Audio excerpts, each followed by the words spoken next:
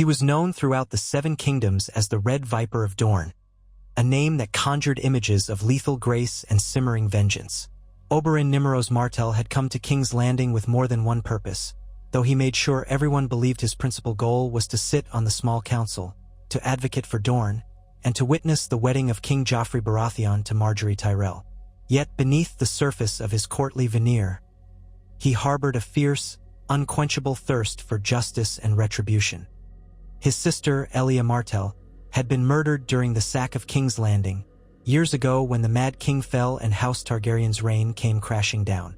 For that atrocity, Oberyn blamed not only Ser Gregor Clegane, who was said to have committed unspeakable acts, but also the man who had ordered and sanctioned them. That man was Tywin Lannister, Lord of Casterly Rock, Warden of the West, and the true architect behind the war that placed his grandson on the Iron Throne. Oberyn had sworn that one day, that cunning old lion would pay for his crimes. And though he had waited many years, Dorne was patient, and the Red Viper was patient, waiting for his moment, fangs sheathed until the perfect time to strike. He remembered his arrival in King's Landing clearly, the bright Dornish sun giving way to the capital's dusty streets and labyrinth of intrigues. Men in the street had eyed him with curiosity and fear, for tales of his infamous duels had spread far and wide. Yet he spared them no attention. His mind was already consumed with Tywin Lannister and Ser Gregor Clegane, the mountain that rides. He feigned politeness, exchanging pleasantries with courtiers and lords, but behind his easy smirk and barbed wit, an ember of anger burned. Each step he took through the Red Keep's corridors conjured old memories, half-forgotten scenes of his sister's laughter, the warmth in her eyes, the gentleness of her voice, and the shocking brutality of her fate. There were nights he still woke in cold sweat, envisioning Elia's terror, imagining the monstrous hand of the mountain crushing her and her children. Oberyn could not rest until every last culprit was made to answer. Tywin Lannister, in turn, was fully aware of Oberyn's presence. For all his outward composure and legendary aloofness, the Lord of Casterly Rock never underestimated the dangers around him. Nor did he ignore the hostility in Oberyn's stares, the pointed remarks, the carefully chosen jabs when they found themselves in the same chamber. But Tywin had reigned over the politics of Westeros for decades, and though the Red Viper was a deadly foe, the Lord of the West believed he could handle any threat, as he always had. Tywin was a master at using the system around him, weaving lords, deals, and fealties into a tapestry that served House Lannister's power. He saw Oberyn's anger as a nuisance that might be contained through cunning bargains, or if need be, overshadowed by other matters, such as the War of the Five Kings that still lingered around them in scattered pieces. Besides, if Oberyn was truly foolish enough to raise arms against Tywin, there was the Kingsguard, the City Watch, and half of the Red Keep teeming with Lannister and Tyrell men. Tywin believed he was unassailable. He believed that, at most, Oberyn might try to kill Gregor Clegane, something Tywin was prepared to allow if circumstances aligned, but Oberyn would not dare to turn on the hand of the king in the heart of the city. So Tywin thought. Events took shape at King Joffrey's wedding feast. The high lords and ladies assembled in the Great September of Baelor first, then in the Red Keep's grand courtyard where the feasting and merriment spilled out in lavish display.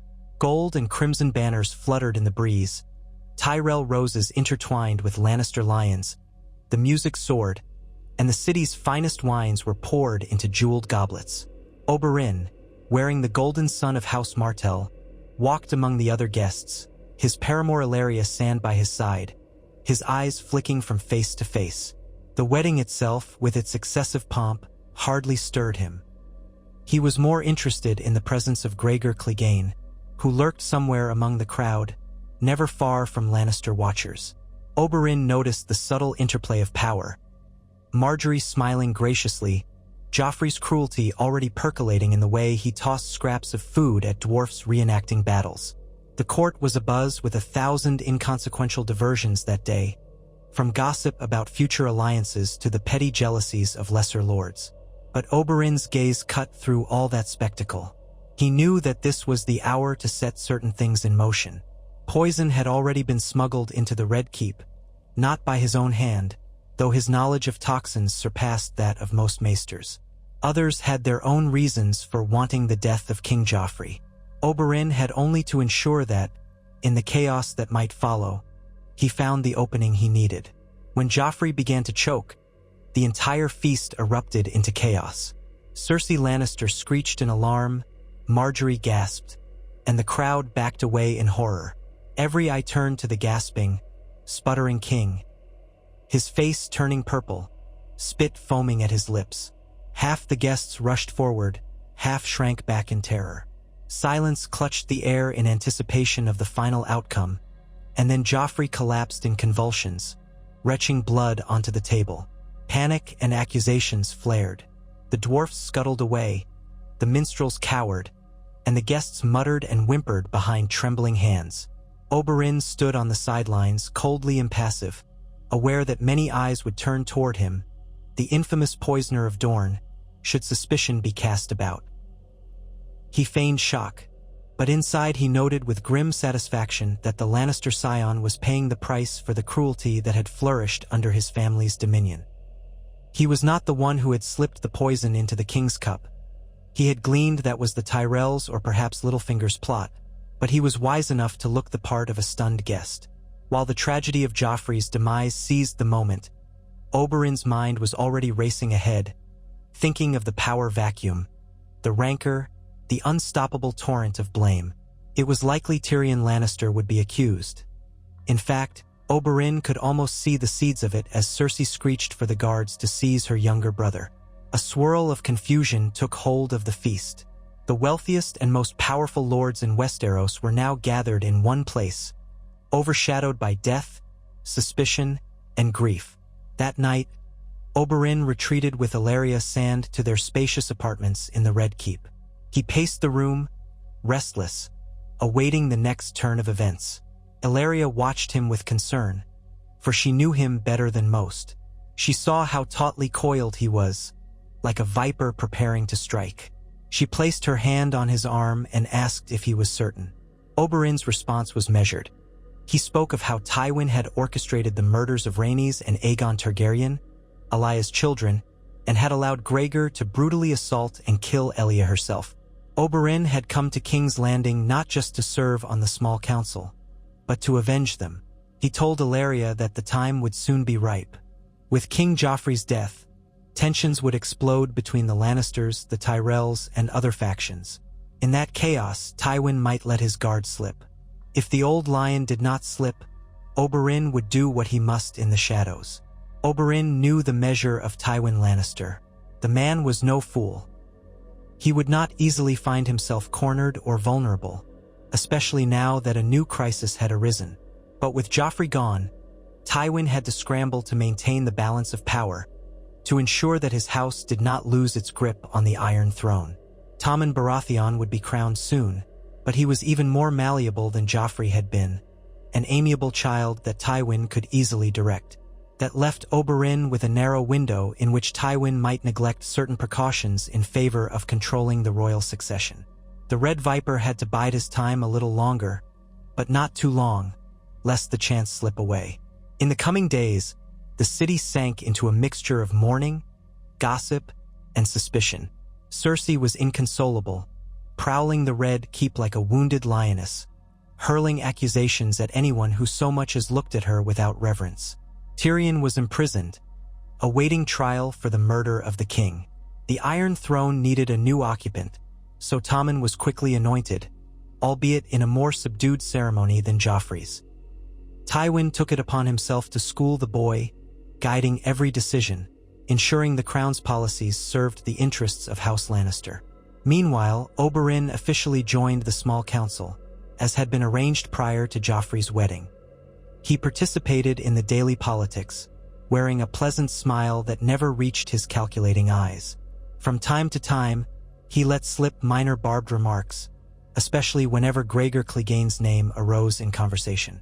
Tywin took note of it all, but with so many urgent matters pressing upon him, tensions with the Tyrells, the uncertain loyalty of the Riverlands, the rebellious North, the fractious Iron Islands, he had less time than usual to manage Oberyn. The old lion still believed that should the Dornish prince attempt anything rash, it would be discovered and crushed immediately. Some nights, Oberyn would stroll through the corridors of the Red Keep alone, save for the soft echo of his leather boots on the cold stone. He knew the shape of this ancient fortress intimately, for he had visited in his youth and remembered hidden alcoves and passages that few others thought to explore. He would envision ways to corner Tywin in his solar or intercept him on a deserted walkway. But it always came back to strategy. Oberyn was not a man of mindless violence. He wanted Tywin to know the reason for his death, wanted him to taste fear, if only for a moment, the same fear that Elia must have felt when the mountain broke into her chambers. Before Oberyn struck the final blow, something unexpected happened. Tywin offered him a private meeting in the Hand Solar to discuss matters of Dorne and the rightful seat of Prince Doran Martell. Oberyn suspected a trap, or perhaps a veiled threat to ensure Dornish compliance. He prepared accordingly, wearing a fine coat of light armor beneath his robes, concealed by embroidered cloth of gold. He took a small dagger with him, in addition to a hidden vial of an especially lethal poison extracted from a viper found in the deep deserts beyond Sunspear. He walked into Tywin's solar with a polite nod, ignoring the presence of a few silent Lannister guards stationed outside the door. Tywin, seated behind a wide oak table stacked with documents and quills, regarded him with that inscrutable glare. Candles flickered against the stone walls, and the thick drapes muted the midday light, giving the room an oppressive weight. Tywin spoke first, addressing Oberyn in calm, measured tones. He proposed a formal alliance between the Crown and Dorne, suggested that Prince Trystane might wed Tommen's younger sister, Myrcella Baratheon, solidifying a friendship between Lannister and Martell. In exchange, Tywin claimed he would ensure that justice was done concerning the fate of Elia Martell. Tywin took pains to say that he had never sanctioned the brutal killing of children, and that while war demanded certain harsh measures, he regretted if Gregor Clegane had gone too far. Oberyn listened in stony silence, though inside his hatred churned.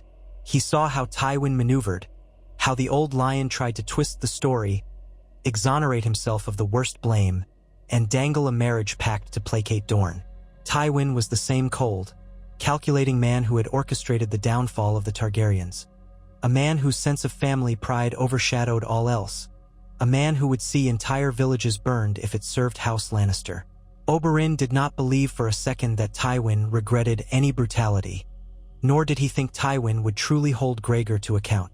The only reason the man even brought the subject up was to keep Oberyn's anger in check, to keep him from stirring trouble in the capital. Oberyn almost laughed.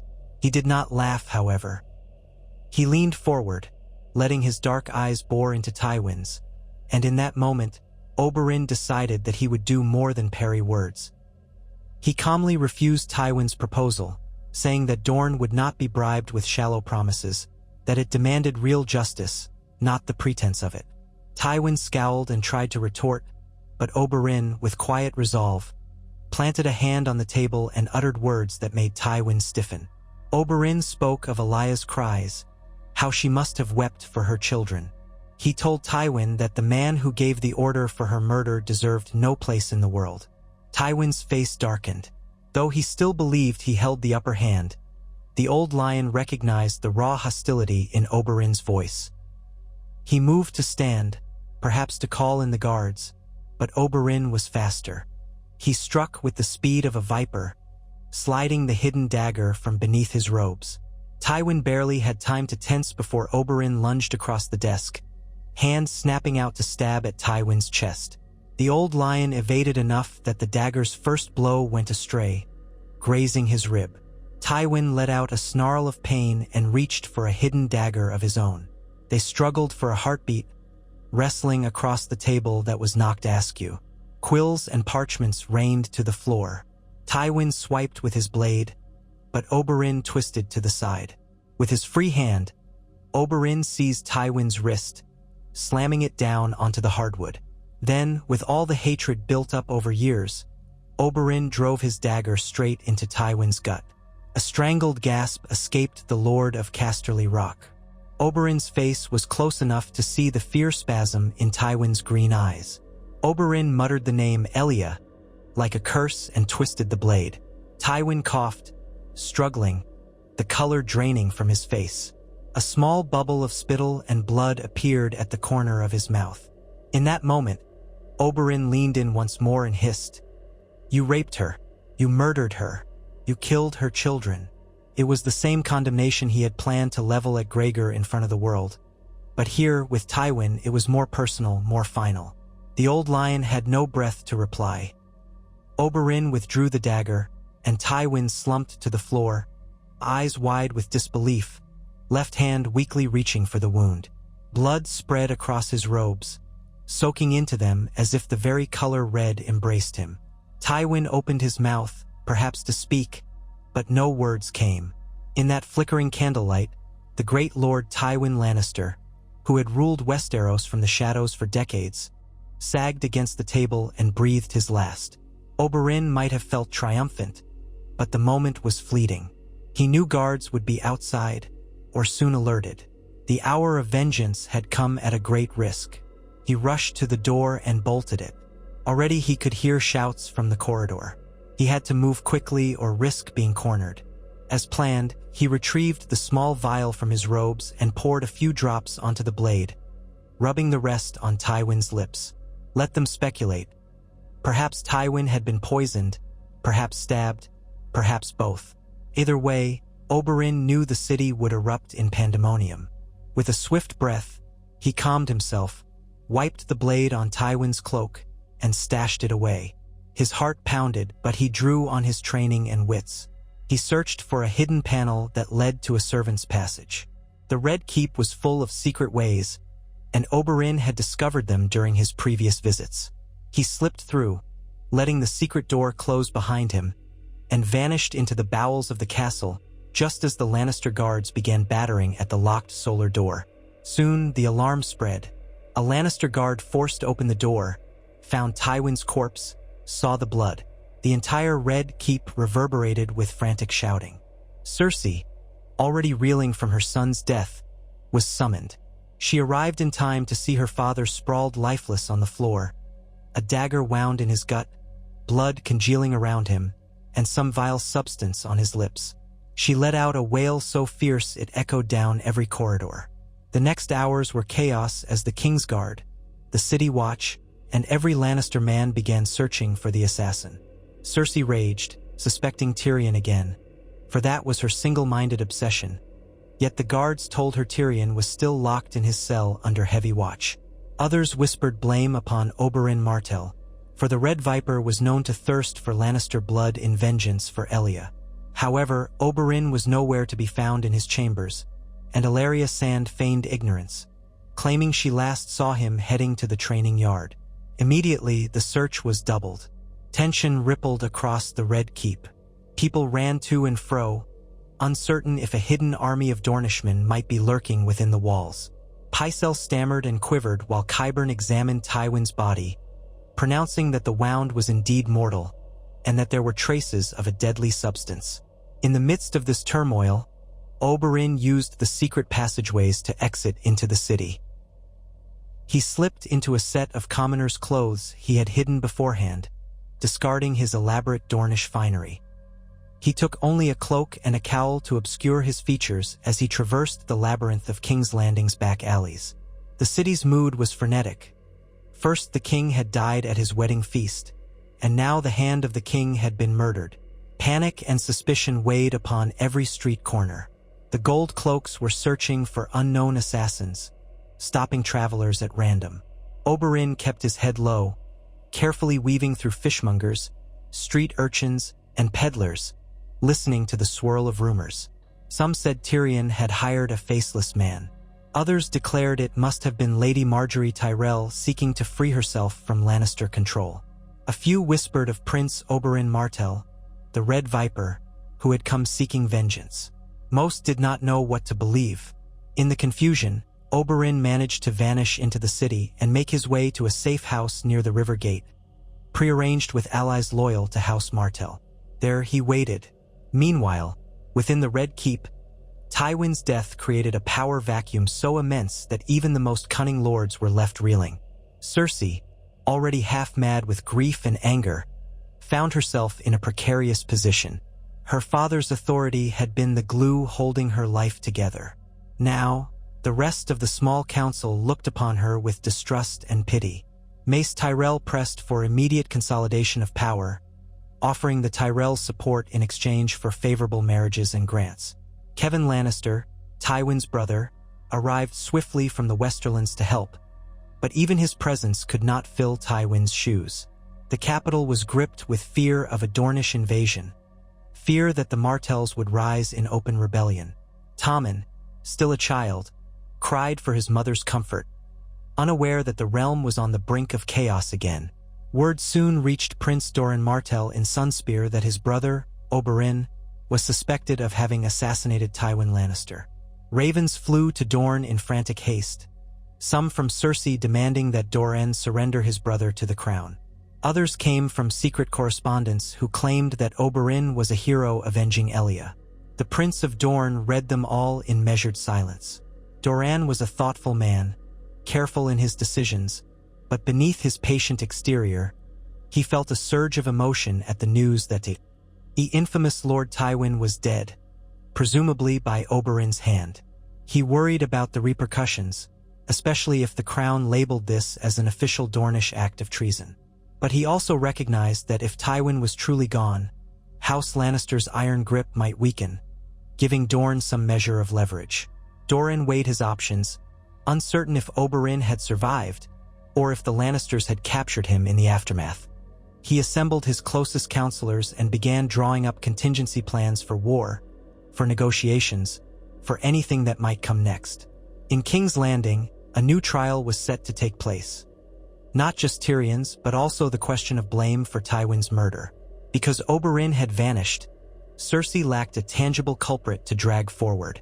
She fumed in her private chambers, pacing like a caged beast, cursing her father's name even as she wept for him. Jaime Lannister tried to console her, but she pushed him away. She hurled vile accusations at Tyrion, convinced that somehow he had orchestrated both Joffrey's poisoning and Tywin's stabbing.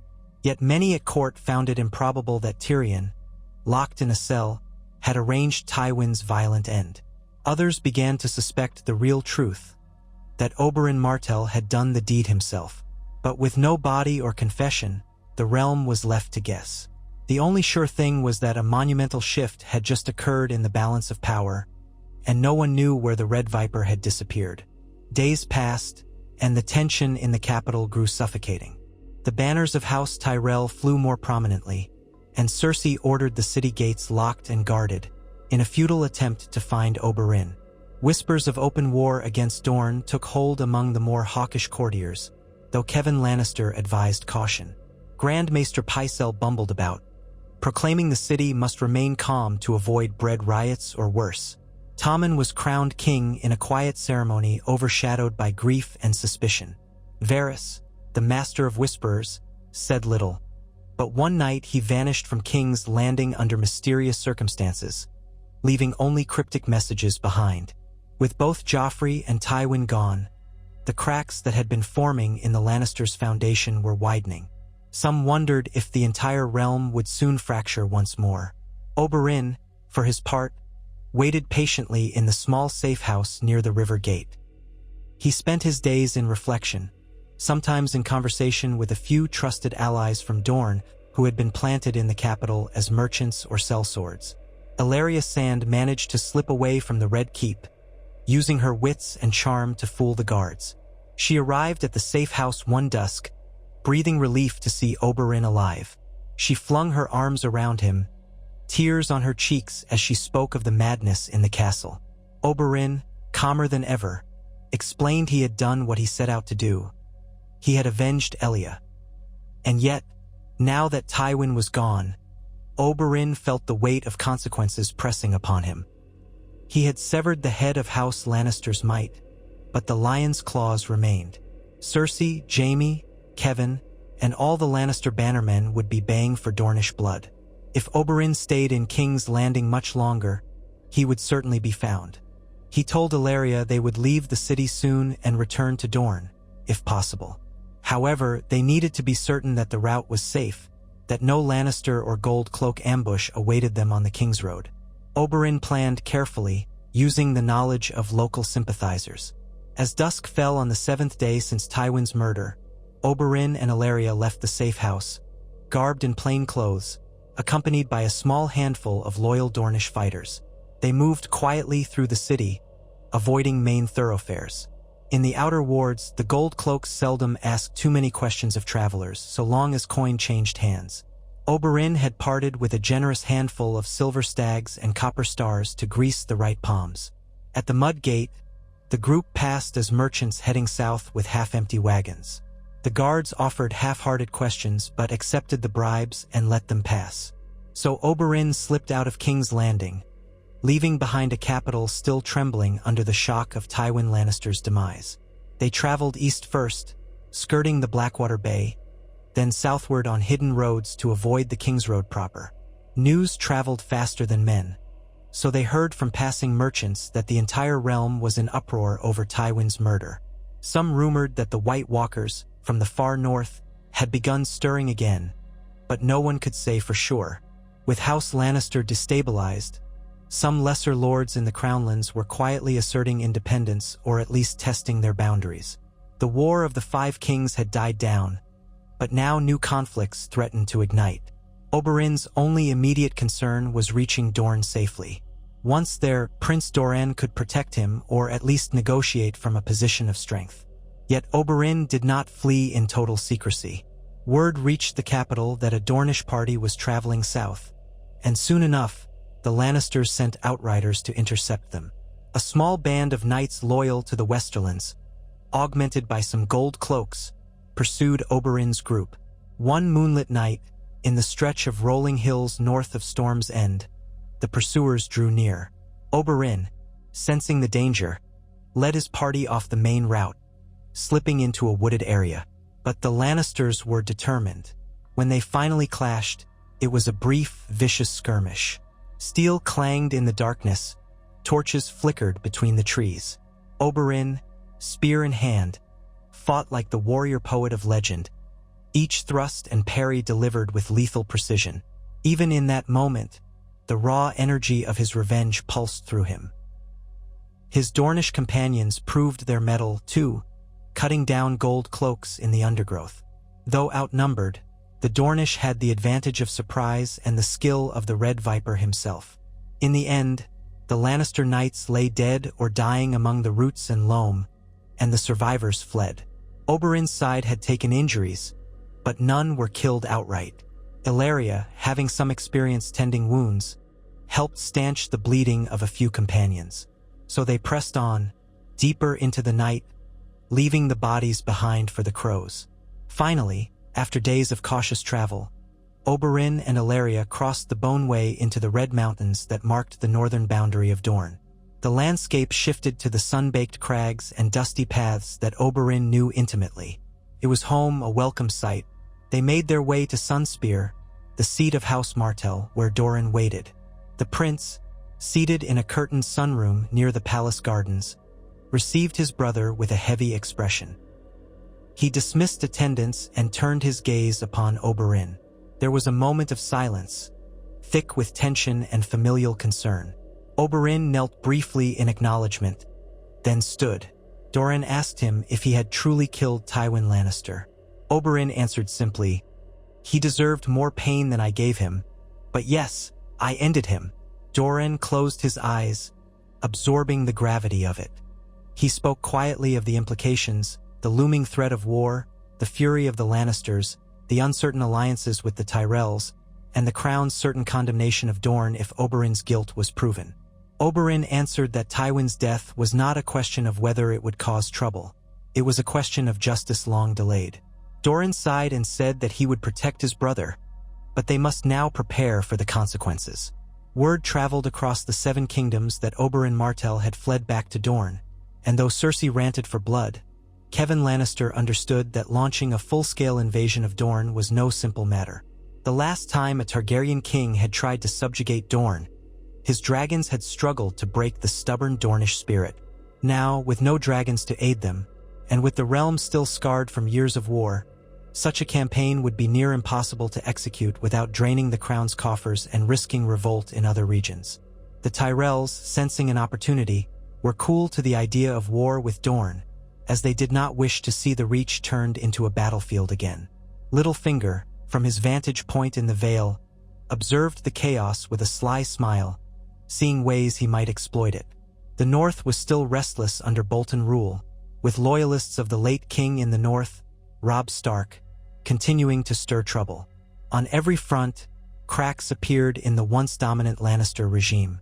Cersei Lannister, however, was not one to let the matter rest. She issued a bounty on Oberyn's head, an enormous sum of gold that made the eyes of Sellswords across the narrow sea glitter. She sent ravens to all corners of Westeros, demanding the apprehension of the Red Viper. Some lords took her fury seriously, but many had grown weary of the Lannisters' heavy-handed rule. Quietly, some parted ways with the Lion's cause. The small council, in theory led by Cersei as Queen Regent, struggled to function without Tywin's iron discipline. Mace Tyrell pressed for more Tyrell influence, while Pycelle, Qyburn, and others squabbled over lesser appointments. The kingdom, though not openly at war, was unraveling at the seams. In Sunspear, Doran Martell convened a secret council with his most loyal bannermen. Oberyn was present, along with Prince Trystane and a few trusted advisors. They discussed how best to handle the wrath of King's Landing. Doran noted that the Lannisters would likely refrain from an all-out war but could launch punitive strikes or attempt sabotage. The Tyrells might side with them or remain neutral, depending on how negotiations proceeded. The Martells had the advantage of Dorne's geography, which was notoriously difficult to invade, and its proud people who despised the Lannisters for past injustices. But war would be costly. If there was a chance for peace, Doran wanted to explore it, though not at the cost of handing over Oberyn. Oberyn, meanwhile, was less concerned about the possibility of war than about whether Gregor Clegane still lived. He still wanted to settle that matter once and for all.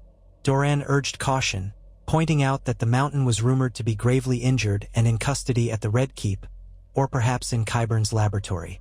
Rumors swirled that he was no longer the same man.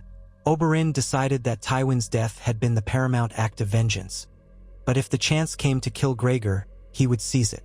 Letters soon passed between Doran Martell and King's Landing, with Kevan Lannister writing on behalf of the crown.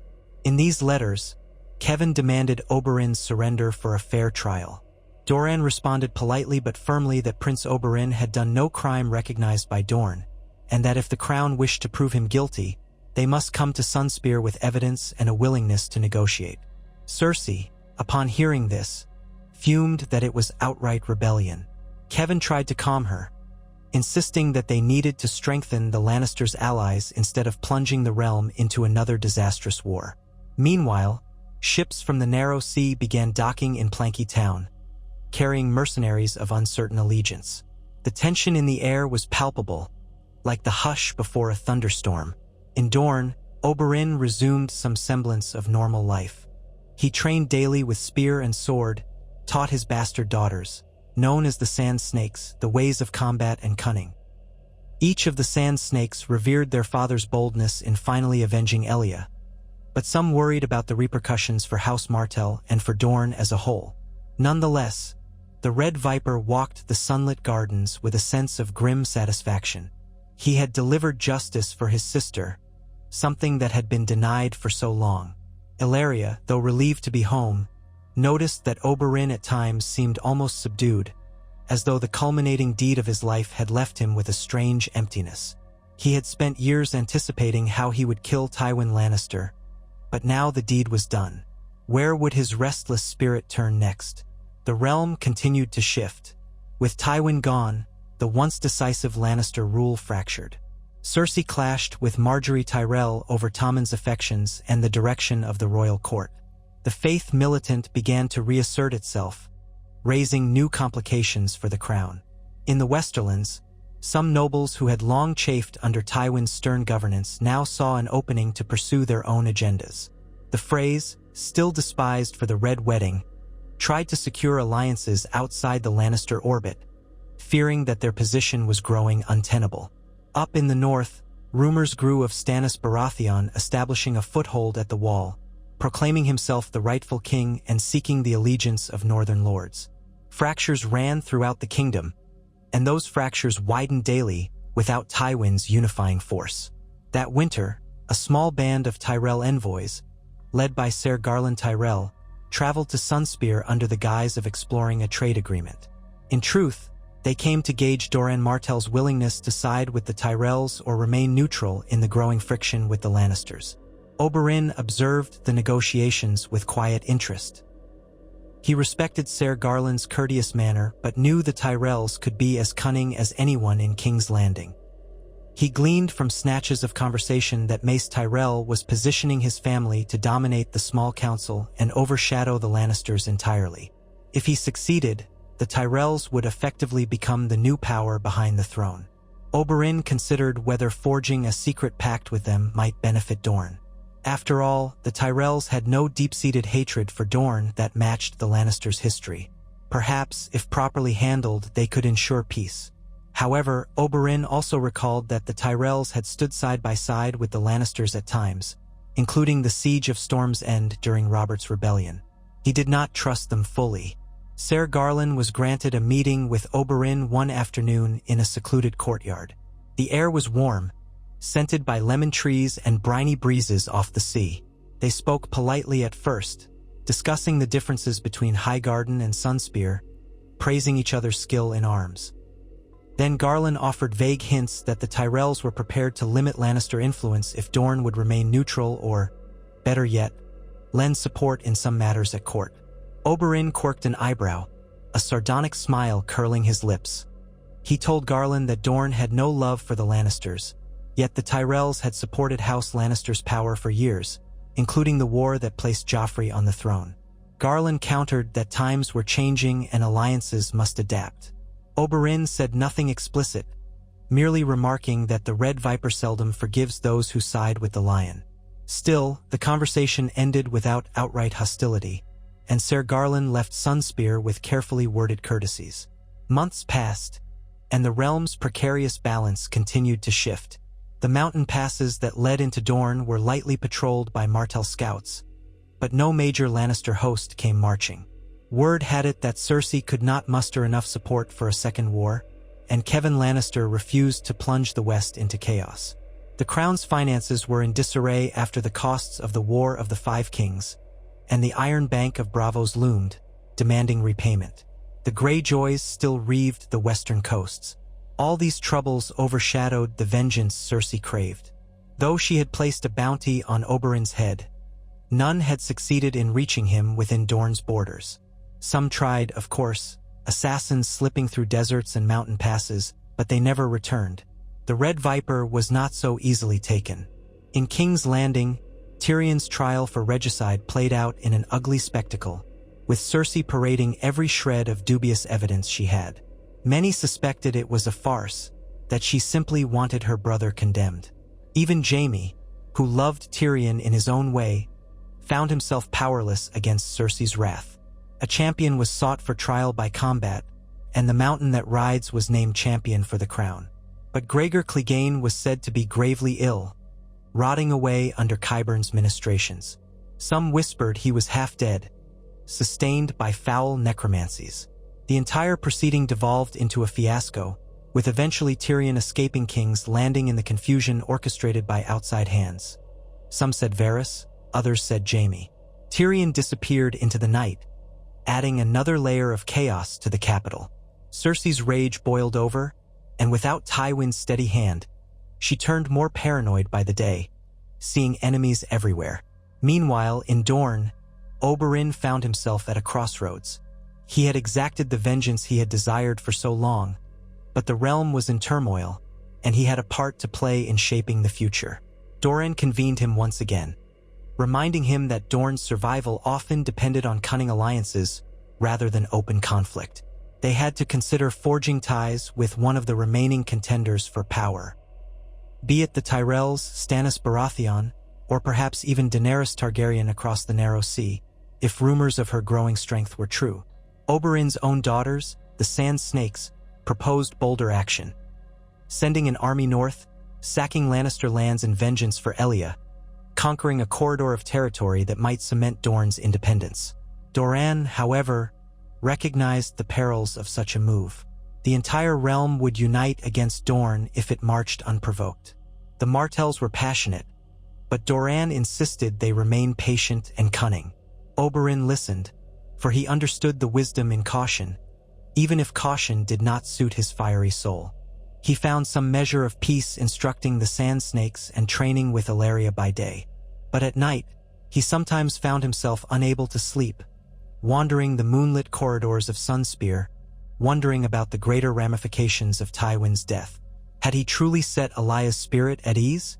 Or had he merely unleashed more bloodshed upon the realm, continuing the cycle of violence that consumed house after house?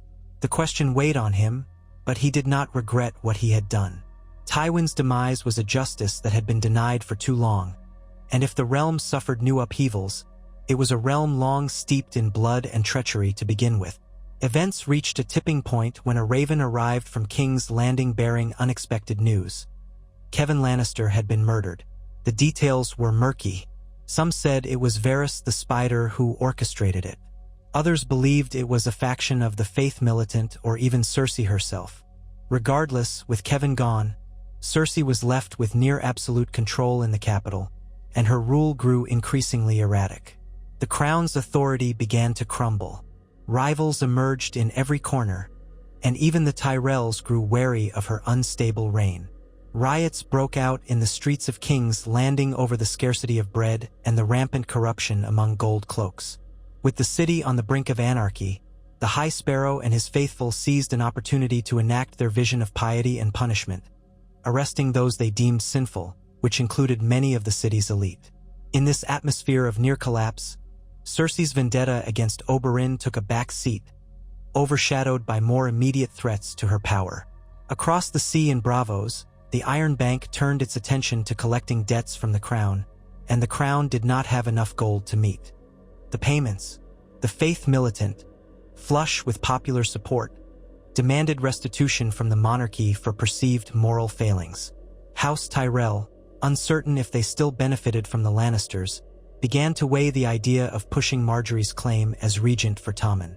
Meanwhile, the Martells watched from afar as the great city tore itself apart. Doran saw an opening to negotiate improved terms for Dorne's future. If the realm's central authority was imploding, Dorne could effectively secure its autonomy and perhaps more. He sent a discreet envoy to Highgarden, proposing a trade alliance and mutual non-aggression pact. The Tyrells, seeing Cersei's downfall as inevitable, were receptive. Yet, as with any negotiation, trust was scarce. Amid all these shifting tides, Oberyn Martell's name became legend.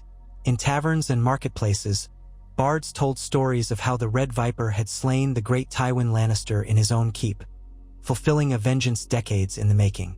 Some romanticized the act as a heroic blow against tyranny, while others painted Oberyn as a bloodthirsty avenger who had unleashed further chaos on the realm. Sellswords used the tale to justify their own opportunistic raids, claiming they were finishing what the Red Viper had begun. Nobles whispered that if Oberyn was bold enough to kill Tywin, none were safe from his wrath. Dorne itself became a point of fascination and fear, the land where such a man could find sanctuary. In Sunspear, the Red Viper did not bask in the glory of his tale. He lived each day training, advising Doran, spending time with Ellaria. He was not oblivious to the realm's turmoil, but he had grown more reflective. One afternoon, as he watched the waves crash against the pale dunes, he confided in Ellaria that killing Tywin had been both satisfying and sobering. His sister's murderers were almost avenged in full, save for Gregor, if the man could still be called alive. Yet a larger question loomed. What future did Dorne wish for itself in a broken realm? Ellaria rested her head on Oberyn's shoulder and said that perhaps vengeance was only part of life's story, and that once it was sated, one needed to find new purpose. She reminded him that Dorne's greatest legacy was not only in its willingness to fight but in its ability to endure. Weeks later, a group of envoys from the Faith Militant arrived at the gates of Sunspear, haggard and dusty from their travels. They carried a sternly worded missive from the High Sparrow, urging Prince Doran to renounce all sin within his domain and submit to the faith's authority. The message was laced with veiled threats, referencing Oberyn's rumored proclivities and his open paramour. It also hinted that if Dorne wished to be seen favorably by the faith, they should deliver Oberyn to King's Landing for a fair and righteous trial for the murder of Tywin Lannister. Doran read the message with quiet distaste, then calmly informed the faith's envoys that Dorne followed the faith of the Seven in its own way, and had no intention of bending to the dictates of zealots who had seized power through fear. He dismissed the envoys, politely but curtly, and had them escorted out of Dorne under armed guard. Oberyn's eyebrows arched as he heard about this exchange, and a small smile tugged at his lips. Dorne would never cower before fanatics. As tensions rose, Dorne's stance as an independent-minded region became more pronounced. Smugglers began to bring word of the Targaryen girl across the sea, Daenerys Stormborn, who had hatched dragons and was gathering strength in Meereen. Some in Dorne recalled the old alliance with House Targaryen, forged through marriage centuries ago. Prince Doran weighed the possibility that supporting Daenerys might be Dorne's best move, should she eventually sail for Westeros. Oberyn, who had once visited Essos in his youth, felt a flicker of curiosity. He contemplated journeying there himself, to see the fabled mother of dragons and judge if she was worthy of alliance. But for the moment, Doran insisted that Oberyn stay in Sunspear. The memory of Tywin's murder was still fresh enough that Oberyn's absence might invite infiltration or risk. Dorne needed its champion at home, even if the best battles were not always fought with steel. In the capital, chaos escalated. Cersei's missteps with the Faith militant resulted in her own imprisonment at one point, with Margaery Tyrell also detained. The Iron Throne's authority became a farce, overshadowed by zealots who roamed the streets punishing any they deemed immoral. The city's poor suffered while the lords bickered over who controlled the Boy King. Jaime Lannister had left the city for a time, trying to restore order elsewhere. The small council was in shambles. The realm, in short, was fracturing further each day. War loomed on multiple fronts, be it from the north, where rumors of White Walkers persisted, or across the sea, where Daenerys Targaryen's dragons grew larger by the month. The Lannisters' iron hold on power had been shattered with Tywin's death, and no one had the skill or respect to unify the kingdom as Tywin once had, tyrannical though he was. For those in the Westerlands, Tywin's murder was an unforgivable act that demanded vengeance, but they could not muster the alliances nor the will to invade Dorne. The mountain passes would devour armies, the desert heat would sap strength, and the potential cost in blood and gold was too high. So the Lannisters seethed in resentment, stuck in their own swirl of internal crises, powerless to avenge their great lord. Cersei's personal vendetta kept the bounty high, but none dared to collect it in Dorne. Mercenaries who tried never returned. Over time, the talk of war against Dorne became little more than a bitter dream for the Lannisters, overshadowed by the urgent need to survive the next wave of political disasters. Yet the repercussions of Tywin's death stretched far beyond one house's thirst for vengeance. Lords throughout the realm recognized the vacuum at the core of the monarchy. House Bolton, holding the north, faced renewed resistance from Stark loyalists. The Vale, guided by Littlefinger, maintained a precarious neutrality while quietly plotting. The Reach grew restless under the Tyrells, who were blocked from true power by the Faith militants' grip on King Tommen. Alliances realigned, old grudges resurfaced, and the Great Game of Thrones devolved into smaller games of local power, with no overarching authority strong enough to bring order. Oberyn watched this unraveling from the vantage point of Sunspear's high towers. Messengers arrived daily with tidings from each corner of Westeros. Sometimes he trained in the yard, sometimes he drank wine under the scorching sun, sometimes he teased Illyria with playful words. But always, in his heart, he carried the sense that something momentous was shifting, something beyond petty vengeance or mortal kings. The realm had grown weak, divided, and winter was creeping in from the north. What would become of them all when the real storms began? He confessed to Illyria one night that, in killing Tywin, he felt he had cut off a diseased limb from the body of Westeros. But removing it had not healed the body. Instead, It caused it to bleed from too many wounds. She gently reminded him that the body had been festering long before Tywin's murder. Elia had died because the realm was already rotten at the core. Tywin was but one piece of the puzzle. Oberyn pondered that, realizing it was true. The realm's path to chaos had been laid by decades of conspiracies and betrayals, and his act of vengeance was only another stone cast into turbulent waters. Time flowed onward, and a new normal took shape. Dorne, for the most part, was at peace, protected by the Red Mountains and the cunning leadership of Doran Martell. Prince Trystane continued his lessons, forging friendships among Dornish lords. The Sand Snakes grew into formidable young women, each with her own talents, all devoted to Oberyn and the Martell cause. The rest of Westeros, however, stumbled from crisis to crisis. The fabled winter might arrive any year, but the mortal squabbles of lords and kings still dominated the stage. Rumors spread of dragons in the east, of Stannis' war in the north, of savage ironborn raids along the coasts. With Tywin's firm hand gone, no single leader could direct the realm's energies to face these threats collectively. Instead, petty conflicts and personal vendettas prevailed. Occasionally, ravens would arrive from King's Landing or the Westerlands, bearing thinly veiled threats or demands for Oberyn's head. Doran would send back polite rejections, weaving them with words of caution and references to the impossibility of a successful campaign in Dorne. Some letters were never answered. Cersei, for her part, found her own life increasingly precarious, and though she continued to blame Oberyn for her family's woes, the reality was that House Lannister's downfall was as much an inside job, a product of greed, cruelty, and arrogance that had turned many against them. She nursed her fury like a wounded dog, snapping at those around her, but it changed nothing. For Oberyn, the months bled into years. He journeyed across Dorne, visiting the water gardens with Doran, meeting with minor lords in the Tor, drinking with captains in Planky Town, and racing across the dunes outside Ghost Hill. Everywhere he went, people whispered his name in awe. The man who killed Lord Tywin Lannister. The man who avenged Elia Martell. Some called him a hero. Others warned their children he was the scorpion in the night. Oberyn accepted their reactions with a shrug. He had done what he came to do. If the realm labeled him a villain, so be it. If they saw him as a champion, that was their choice.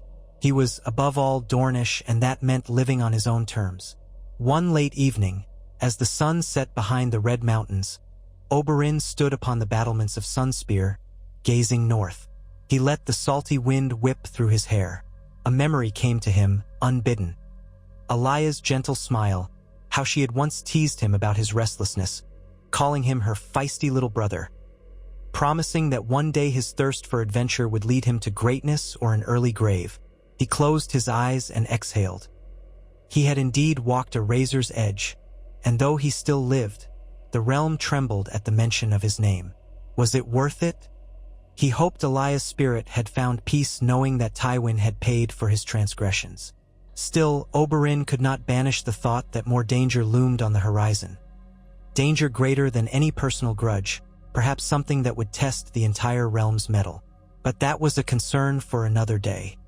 He remained on the wall for a long while, watching the last rays of sunlight fade from the sky. The darkness crept in, studded with stars that spread across the heavens in a dazzling array. Ilaria eventually joined him, sliding an arm around his waist. They stood there in silence, letting the cool desert wind wash over them. Tomorrow, Oberyn would wake and train, greet his brother, strategize about the future, and perhaps take a lover's respite in the gardens. Life in Dorne was simpler than in the labyrinth of King's Landing. Here, at least, the sun rose bright and the sands were warm, and he could find a measure of satisfaction in each day. The Seven Kingdoms, battered by infighting, scandal, and emergent threats, would eventually face a reckoning that dwarfed the ambitions of mortal men. But in the annals of history, one thing was certain. Oberyn Martell, the Red Viper of Dorne, had done the unthinkable. He had slain Tywin Lannister, the old lion who had cast a long shadow over Westeros for decades. In doing so, he had changed the game irreversibly, toppling a pillar of power and unleashing a wave of consequences that no one could fully predict. The realm would never be the same, for better or worse. And in Dorne, where the sun was fierce and the people prouder still, Oberyn carried on, resolute, the memory of Elia a perpetual flame in his heart. He had found a kind of peace in vengeance, though it was a peace laced with the knowledge that the tides of war and fate might once again sweep him into their currents. For now, however, he stood content beneath the Dornish sky, having struck down the lion that haunted his past, and set into motion a future that would belong to those bold enough to seize it. Oberyn Nymeros Martell, Prince of Dorne, known to the wider world as the Red Viper, stood beneath the starlit sky of Sunspear, the same sky he had admired many nights before. But never had the heavens looked quite like this. A single thread of cloud drifted above, painted silver by the moonlight. The warm Dornish breeze carried the faint scent of the sea, and the lemon trees of the nearby gardens perfumed the air. On the battlements, a torch guttered, casting dancing shadows across the ancient stone. Some nights, Oberyn thought back to the moment Tywin Lannister had stared into his eyes before the final thrust. He replayed it less often now. Memory was a tricky thing. It lit a spark of satisfaction, but also churned up the bittersweet awareness that House Martell's vengeance remained only half complete. The mountain was rumored to be rotting away somewhere in King's Landing. If indeed he lived at all, it was likely Gregor Clegane was too broken to face trial or champion's combat. But from Oberyn's perspective, Tywin had always been the real lion that needed slaying. The city of Sunspear behind him hummed with life, even late at night. The Dornish were a passionate people who savored gatherings under the stars, dancing and drinking spiced wines. Laughter and lute music sometimes drifted up from the winding streets and plazas. Oberyn let the half-muffled sounds remind him that he was home, safe in Dorne's welcoming cradle of warmth and defiance. Since his return, many things had changed in the world beyond these deserts and mountains. King's Landing fell deeper into disarray as the Faith militant tightened its hold on King Tommen, and Cersei Lannister's authority waned with each passing day of scandal, uncollected debt, or popular revolt. The Tyrells, who had once been allies of the Lannisters, began to question whether Cersei's grip on the Iron Throne benefited them anymore. The unstoppable wheel of politics was turning, and Oberyn knew that one day it would turn back to face him and the rest of House Martell. He felt Ellaria Sand's soft presence at his side, the gentle brush of her arm against his own. She had come quietly, knowing that Oberyn's moods brought him here, high above the city, whenever the restlessness took hold. He turned to see her silhouetted by the flickering torchlight. She was beautiful in her own unique way, the angles of her cheekbones catching the glow, and there was empathy in her dark eyes. They stood in silent companionship, listening to the muffled life below, and shared that moment without words. When at last they spoke, Ellaria gently rested a hand on Oberyn's shoulder. "Are you thinking of her again?" she asked. It was never necessary to specify who her might be. Elia Martell's memory was a living presence in Sunspear and in Oberyn's heart. He nodded. "And of what's coming next?" he murmured, glancing across the curved ramparts. Far to the north, the stars hung low over unknown perils. Lannister vengeance, Tyrell ambition, the Faith's fanaticism, and rumored storms in the east, where Daenerys Targaryen nursed her dragons. Ellaria's voice carried that warmth he had always loved. "You've gotten what you wanted for so long, my prince. You avenged her, but I know your mind never sleeps. What is it that keeps you pacing, even now?" He considered the question. Perhaps the knowledge that the realm is still so divided. No, more than that. It's that even with Tywin gone, the same forces that allowed Elia's murder persist. House Lannister, House Bolton, the Iron Throne's corruption, the Freys, they're all still out there weaving new patterns of betrayal. I cannot claim that killing Tywin made the world just or even safer. It was necessary, but it has not ended anything. Ellaria brushed her fingers down the length of his arm, a gesture both soothing and provocative. "Then it may be that you'll never rest, Oberyn. A single vengeance doesn't snuff out decades of injustice. But remember that you're not alone. You have me, your brother, your daughters, all of Dorne. We can face whatever storms come." Her words held comfort. Oberyn smiled faintly and slipped an arm around her waist. "That we can," he said. "And Dorne will endure. It always has." The wind ruffled his dark hair, and for a moment he closed his eyes, allowing himself to savor the intimate warmth of Valeria's presence. He could feel her heartbeat through the thinness of her gown, a steady cadence that echoed his own. That was life, immediate and vital, far removed from the swirling storms of politics. Yet those storms would not wait. Sure enough, the next morning brought news from one of Doran's informants. A coded raven message that arrived just before dawn. A solemn-faced steward brought it to Oberyn's solar, where he sat with Ellaria, sharing a light breakfast of flatbread and goat cheese. The steward bowed, placed the sealed parchment on a polished wooden table, and quietly withdrew. Oberyn tore the wax with a sure hand. Ellaria studied his face while he read, waiting for the slightest flicker of expression to hint at what the message contained. "There's trouble in King's Landing again," Oberyn said, setting down the parchment. "Cersei's made another move. She's named her own new Council of the Hand, stacked with sycophants who blame Dorne outright for Tywin's murder, as if it were an official Martell plot, not the act of one man." Ellaria tilted her head. "And what does your brother say we do about it?" She assumed it was from Prince Doran. None could match the Prince of Dorne when it came to discreet intelligence gathering. "He urges caution," Oberyn replied, standing from the table. He swept the thin parchment into the folds of his robe. "He says that Mace Tyrell grows uneasy. Cersei's power is balanced on a knife's edge. The Faith militant are practically running the city, and the Iron Bank grows impatient. Still, Cersei's found a way to funnel more coin into the gold cloaks, and they've begun harassing anyone in the city rumored to have Dornish sympathies. Dorne's name is poison in the streets of King's Landing." Ellaria arched an eyebrow. "She's lashing out. She can't invade us, not without half the realm refusing to follow. But she can make us into bogeymen, keep the small folk afraid. If it fails, she'll find another ploy. Are we supposed to respond with force or with letters?" Oberyn's lips curled into a half-smile. "That's the question. My dear brother advises we hold our ground.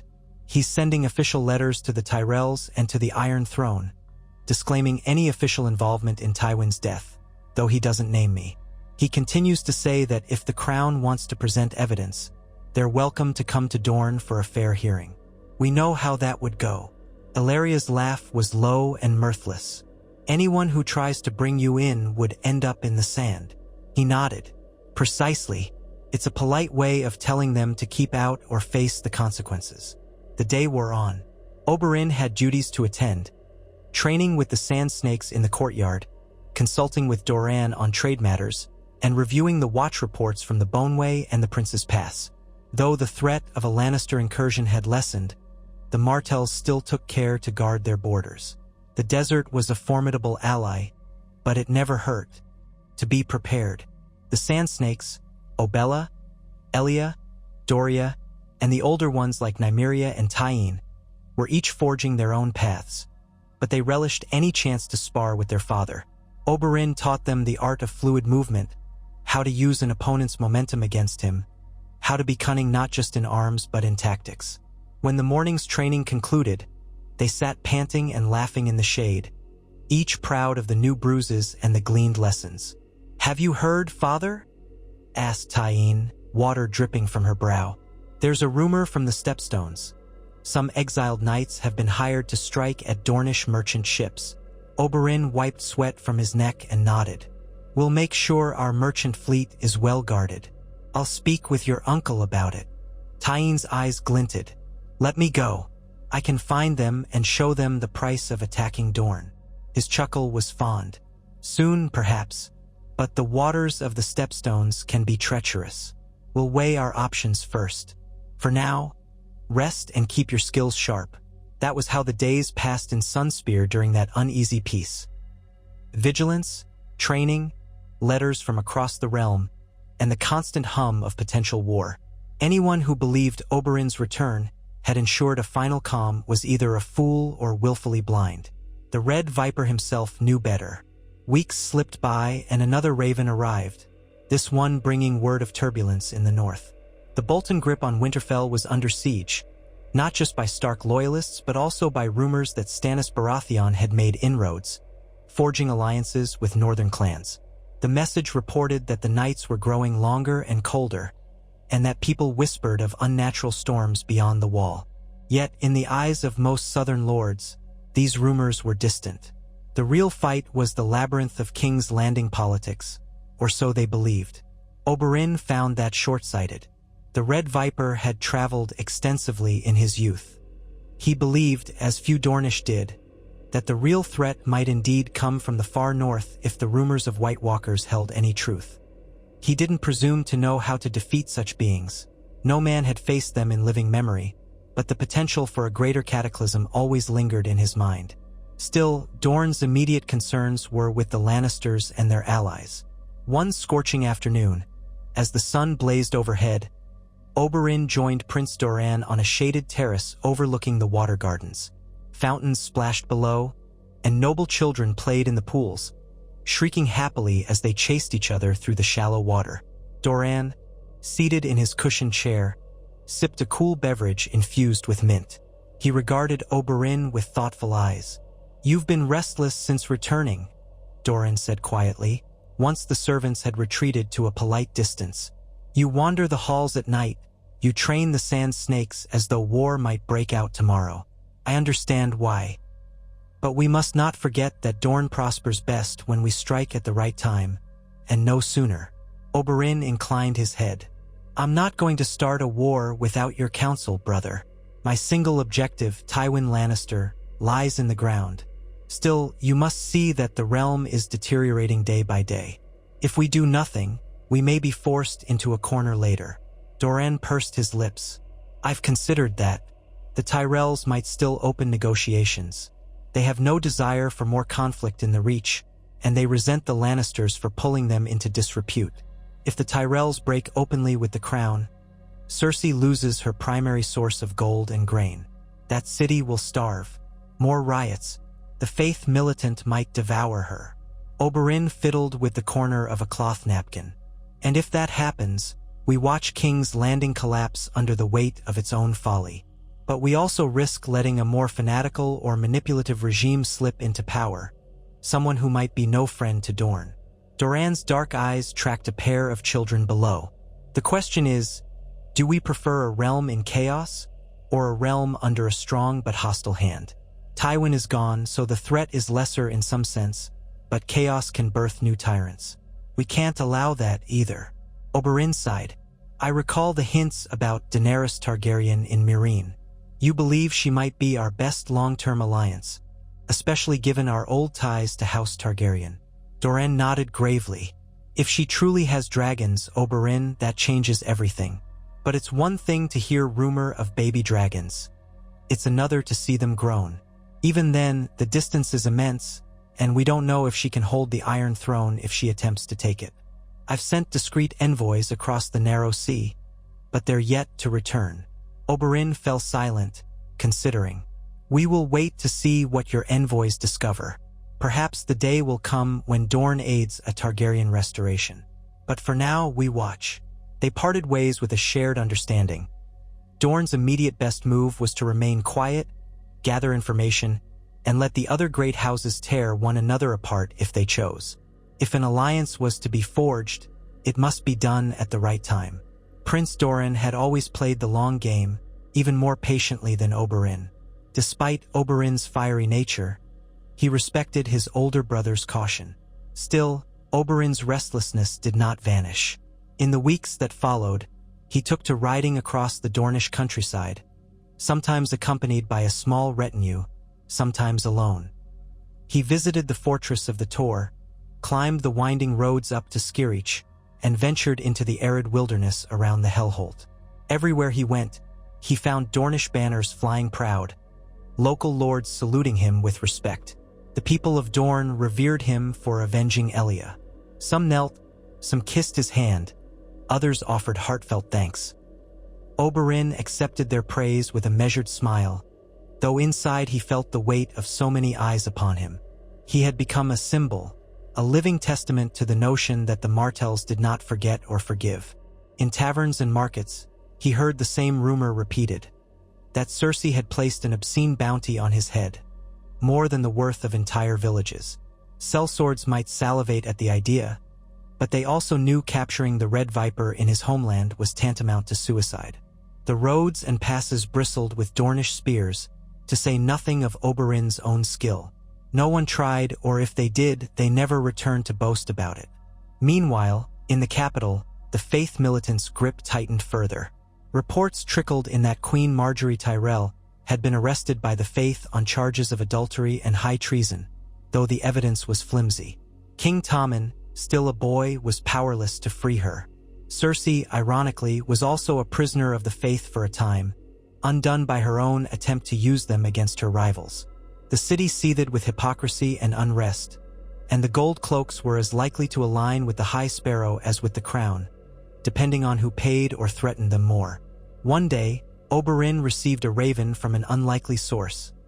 Bronn, the once Sellsword who had served Tyrion Lannister. The man had a reputation for opportunism, but also for loyalty when it suited him. According to the letter, scribbled in a casual, almost mocking tone, Bronn had fled the city after the Faith militant cracked down on all who had Lannister connections. Tyrion was still missing. Jaime Lannister was rumored to be negotiating a truce with the Faith, or perhaps he was in the Riverlands dealing with other problems. Bronn's letter simply said he was heading south, perhaps to seek better prospects, and that if Oberyn ever needed a cunning sword for hire, Bronn would be interested, provided the pay was good and no one tried to poison him. Oberyn was amused but non-committal, tucking the letter away. It was one more sign that the Lannister Empire had crumbled so thoroughly that even their cronies were scattering like rats from a sinking ship. Without Tywin, House Lannister had lost its backbone. Tyrion was on the run, Cersei disgraced and fighting a holy war, Jaime losing the last illusions of knighthood as he tried to juggle fires across the realm. For a time, Oberyn was satisfied with that knowledge, but something in him remained alert. Fate was rarely so simple. He received confirmation of that suspicion not long after, in the form of a discreet message from a Tyrell courier.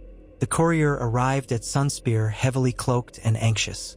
The short letter he carried bore the seal of Olenna Tyrell, the famed Queen of Thorns. Its contents were brief, an invitation for someone of House Martell's choosing, Olenna specifically named, someone who wields real influence, which, in the eyes of everyone, meant Oberyn or Doran, to meet in secret near the border between the Reach and Dorne. Olenna Tyrell wished to discuss matters of mutual interest, and to do so away from prying eyes. Oberyn read and reread the letter. Olenna Tyrell was no fool. She was rumored to have been instrumental in King Joffrey's death, or at least deeply suspicious in its orchestration. She had both cunning and nerve in abundance, plus a fearlessness that came with age. If she was reaching out to Dorne, she might be preparing to distance the Tyrells from the Lannisters once and for all. That prospect was intriguing. He took the letter to Doran, who examined it carefully. "We could ignore it," Doran mused, "or we could use it. The Tyrells are obviously trying to extricate Margaery from the Faith's clutches, and they likely need allies to stabilize the realm if they break from King's Landing. Still, it could be a trap." Oberyn shrugged. "A trap by Olenna Tyrell? I doubt it. If she wanted me dead, there are cheaper and easier ways to attempt it, though none likely to succeed. I suspect she wants to broker terms. Perhaps she's bold enough to propose a new alliance that cuts out the Lannisters entirely. If so, that might be beneficial to Dorne." Doran's expression gave little away. "Go then. Take a sufficient guard to dissuade any treachery. But be diplomatic. If Olenna truly wants an accord, we shall see how genuine she is." Oberyn prepared for the journey at once, choosing to ride lightly. He selected 6 of Dorne's finest guards, along with Illyria, who insisted on accompanying him. He also invited Nymeria Sand, the older of his bastard daughters, to join them. Nymeria had a keen political mind beneath her fiery exterior. They left Sunspear at dawn, crossing the southern roads that threaded through the sweltering desert, and then veering northwest toward the Prince's Pass. The route was dusty and hot, but Oberyn and his party were accustomed to the Dornish climate. Traveling under the scorching sun, they encountered few travelers, mainly local merchants and shepherds. Word had spread that the highways weren't entirely safe, with bandits and wandering mercenaries prowling for an easy mark. Yet Oberyn's group was well armed, and their bearing announced they were no common travelers. Even the boldest brigands would think twice before challenging the Red Viper and a cadre of Dornish spears. As they approached the border with the Reach, the terrain softened slightly, giving way to more fertile plains dotted with tough shrubs and stunted trees. Eventually, they reached the designated meeting place. A half-ruined holdfast perched on a rise overlooking a shallow stream. The holdfast was no longer inhabited, just a crumbling tower and some scattered remnants of stone walls. A few crows watched from the highest crenellations, cawing listlessly in the midday heat. Oberyn's party arrived first, scanning the area for signs of ambush. The guards rode in a protective circle while Nymeria, lithe and keen-eyed, dismounted to check the interior of the tower. Ellaria stayed close to Oberyn, adjusting a wide-brimmed hat to shield herself from the sun's glare. They found the place empty, albeit with signs of recent passage. Hoofprints, footprints likely from scouts. Satisfied that no immediate threat lurked within, Oberyn gave the signal to hold. They watered their horses near the stream and settled to wait in the shade. They did not wait long. Less than an hour after midday, a small retinue approached from the north, bearing the golden rose of House Tyrell on their banners. Leading them was Olenna Tyrell herself, seated in a covered litter carried by two sturdy palfreys. At her side rode a pair of knights, faces hidden by helms, and behind them trailed a handful of Tyrell guards in green and gold surcoats. The litter halted a respectful distance away. Oberyn stepped forward, letting the Dornish guards flank him at a discreet angle. Olenna's knights dismounted, and one helped her from the litter. She was dressed in a simple but elegant gown, the color of faded lilac, with a headscarf that protected her from the sun. Even in the glare of midday, her eyes shone with shrewd intelligence. "Prince Oberyn," she greeted, her tone as dry as the Dornish sand. "I see you're as punctual as the stories say, though somewhat more tanned." Oberyn bowed slightly, a sardonic smile on his lips. "Lady Olenna, it's an honor. My brother sends his regards." She snorted. Yes, Prince Doran. So polite. Why send you in his stead? He knows you're more likely to get to the point, I trust." Ellaria and Nymeria stood at Oberyn's shoulder, watchful.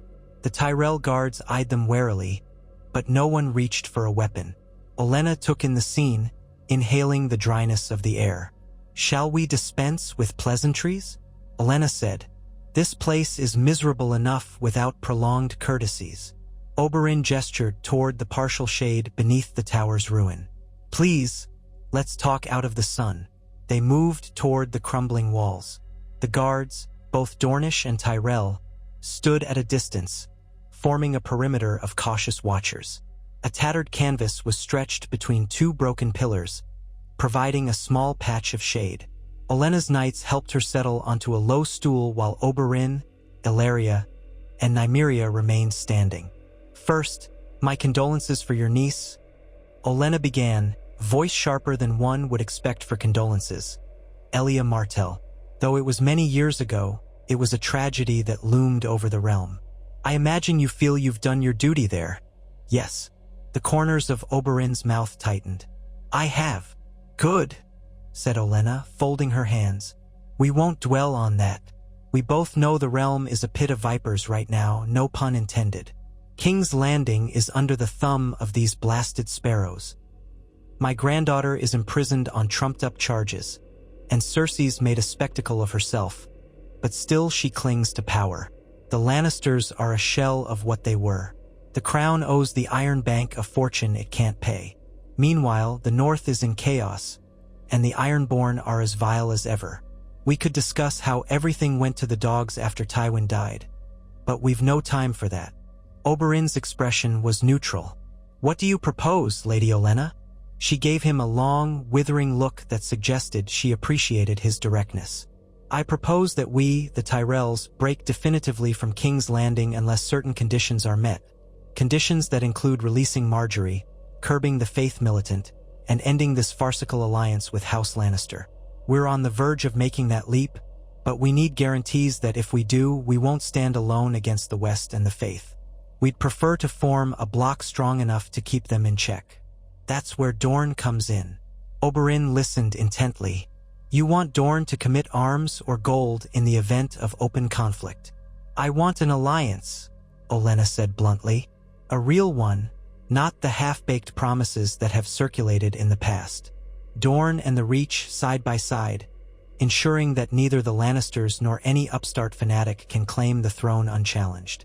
Tommen can remain king in name if that pleases the small folk, but effectively we would rule through a new small council, one that excludes the Lannisters and the High Sparrow.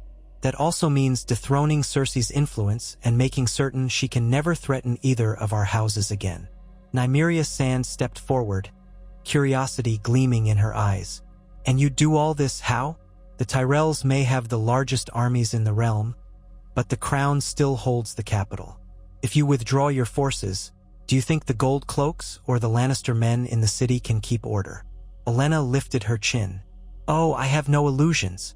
If we pull out, King's Landing becomes an even greater pit of misery, likely to starve, revolt, or tear itself apart. But better that than let my granddaughter rot in a sept dungeon while the Lannisters posture and the Faith Militant crow. We could blockade the city by land, cut off supplies. A few well-placed alliances with certain Crownlander lords, some bribes, and we could seal the fate of the capital without ever raising a sword. Ellaria pursed her lips. And where does that leave Dorne? You want us to open our coffers? Or raise our own banners? Or simply promise not to attack you while you starve King's Landing? Olenna shook her head. I'm not asking Dorne to do the heavy lifting. The Tyrell armies are more than enough for that. But we want your moral support, if you will, and the promise that if war breaks out, you will not side with the Lannisters or let them pass through the Boneway. If you choose to do more, say, launch a simultaneous threat from the south, well, that might shorten the conflict to everyone's benefit. Oberyn regarded her carefully. And in return, you would offer what, exactly? Olenna's gaze flicked over to Nymeria. A formal reaffirmation of the betrothal we once proposed between Myrcella Baratheon and Prince Trystane, but we'd replace Myrcella with a Tyrell grandchild, or even a younger branch. We can negotiate the specifics. Also, trade concessions. No tariffs on Dornish wine entering the Reach. A mutual defense pact that ensures the Lannisters or any other house can't single out Dorne. And beyond that, an understanding that if a Targaryen does appear on Westerosi shores, we'll negotiate as a united front. If we decide to back her, we do so together, so as not to be picked off individually by Lannister remnants or rebellious lords. Oberyn paused, absorbing the significance. It was a generous set of offers, though not guaranteed until it was sealed with all manner of formalities.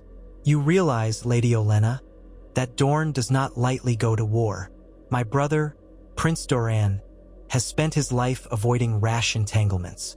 I cannot promise on his behalf, not fully, until I speak with him. Of course, Olenna replied, impatience flickering across her features. But I needed to speak with you first. I've no time for that mild-mannered prince of yours. I need to know if you, the man who stabbed Tywin Lannister in his own keep, have the appetite to stand beside us if the realm ignites. Oberyn's eyes narrowed. He could feel Nymeria bristle beside him, but he kept his voice calm. Killing Tywin was personal. It doesn't automatically mean I hunger for more blood.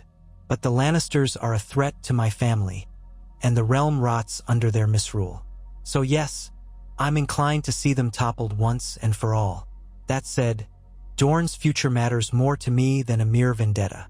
If we throw in with you, I need to know the Tyrells won't betray us at the first convenient moment. Olenna let out a short bark of a laugh. Yes, trust is in short supply, I'm well aware. But you're not the only one wary of betrayal. My dear granddaughter is rotting in a cell. The Lannisters have proven worthless as allies. And the Faith Militant might decide next week that all Highgarden is sinful. So we have every reason to want a stable partnership with Dorne. Ellaria watched the Queen of Thorns with a thoughtful expression. And if we agree, how soon do you plan to act? Sooner than you might expect, Olenna said darkly. If Margaery isn't released within the next moon's turn, the Tyrells will pull out of the capital. We'll blockade King's Landing, and we'll see how quickly those sniveling septons and gold cloaks come begging for bread. Nymeria exchanged a glance with Oberyn. Her voice was carefully neutral. And if the Faith militant kills Margaery out of spite? A flicker of genuine fear crossed Olenna's features, quickly replaced by anger. That's a possibility, she admitted. But if they do, they give us a martyr, and the Tyrell armies will raise half the city in retaliation. They might be fanatics, but they're not complete fools. They'll try to use her as a bargaining chip, which is exactly why I need your help. If they see Dorne as part of the threat, they'll be less likely to do anything rash. Oberyn mulled it over. Allies or not, stepping into open confrontation would signal a new era in Dornish relations. For centuries, Dorne had been the prickly frontier, fiercely independent, forging alliances when beneficial, resisting when it chose. And now, after Tywin's death, House Martell had more moral authority to shape the realm's future than it had in decades. Would forging a tie with the Tyrells be the right move? I'll convey your proposal, he said at last.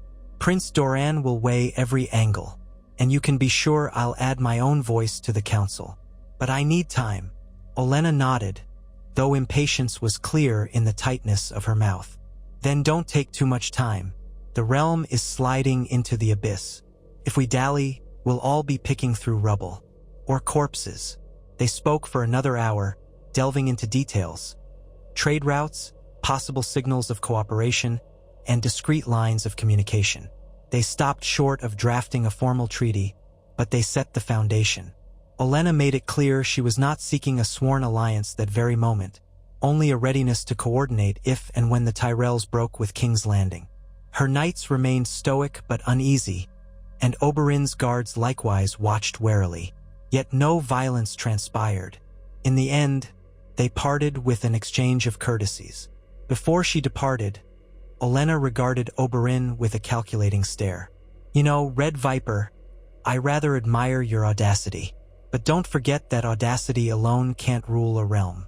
If we do this, we need more than stabbings in backrooms, we need order. Do you think you can help provide that, if the time comes?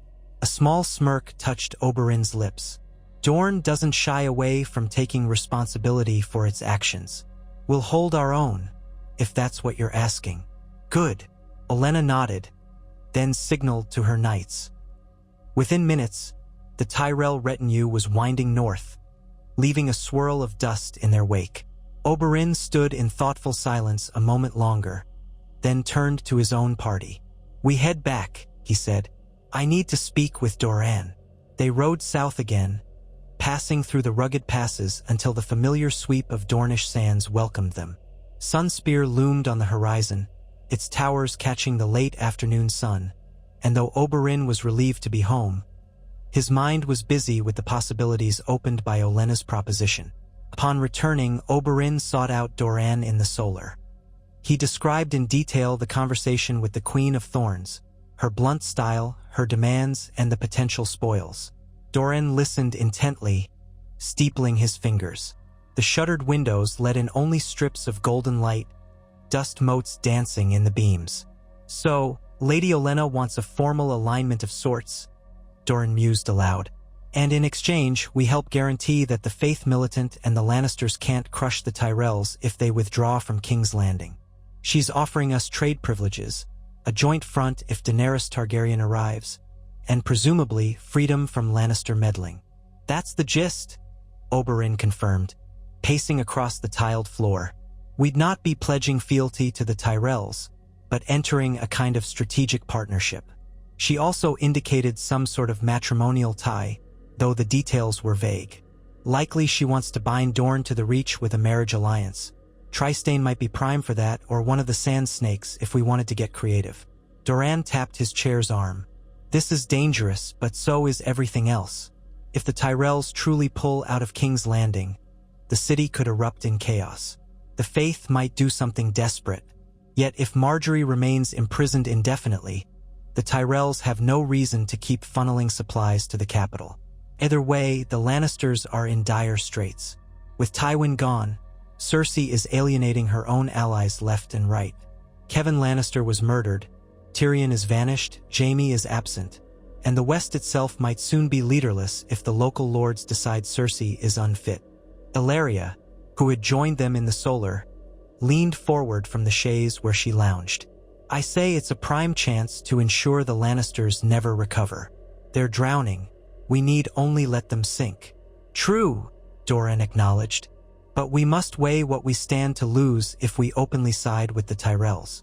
War might be inevitable, and war is always costly. I've spent years trying to avoid bringing Dorne into the bloodshed that consumed the rest of the realm. Oberyn turned to face Doran, the tension in his voice clear.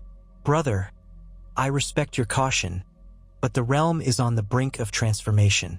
If we don't stake a claim in shaping the new order, we risk letting others do it for us, and they may not have our best interests at heart.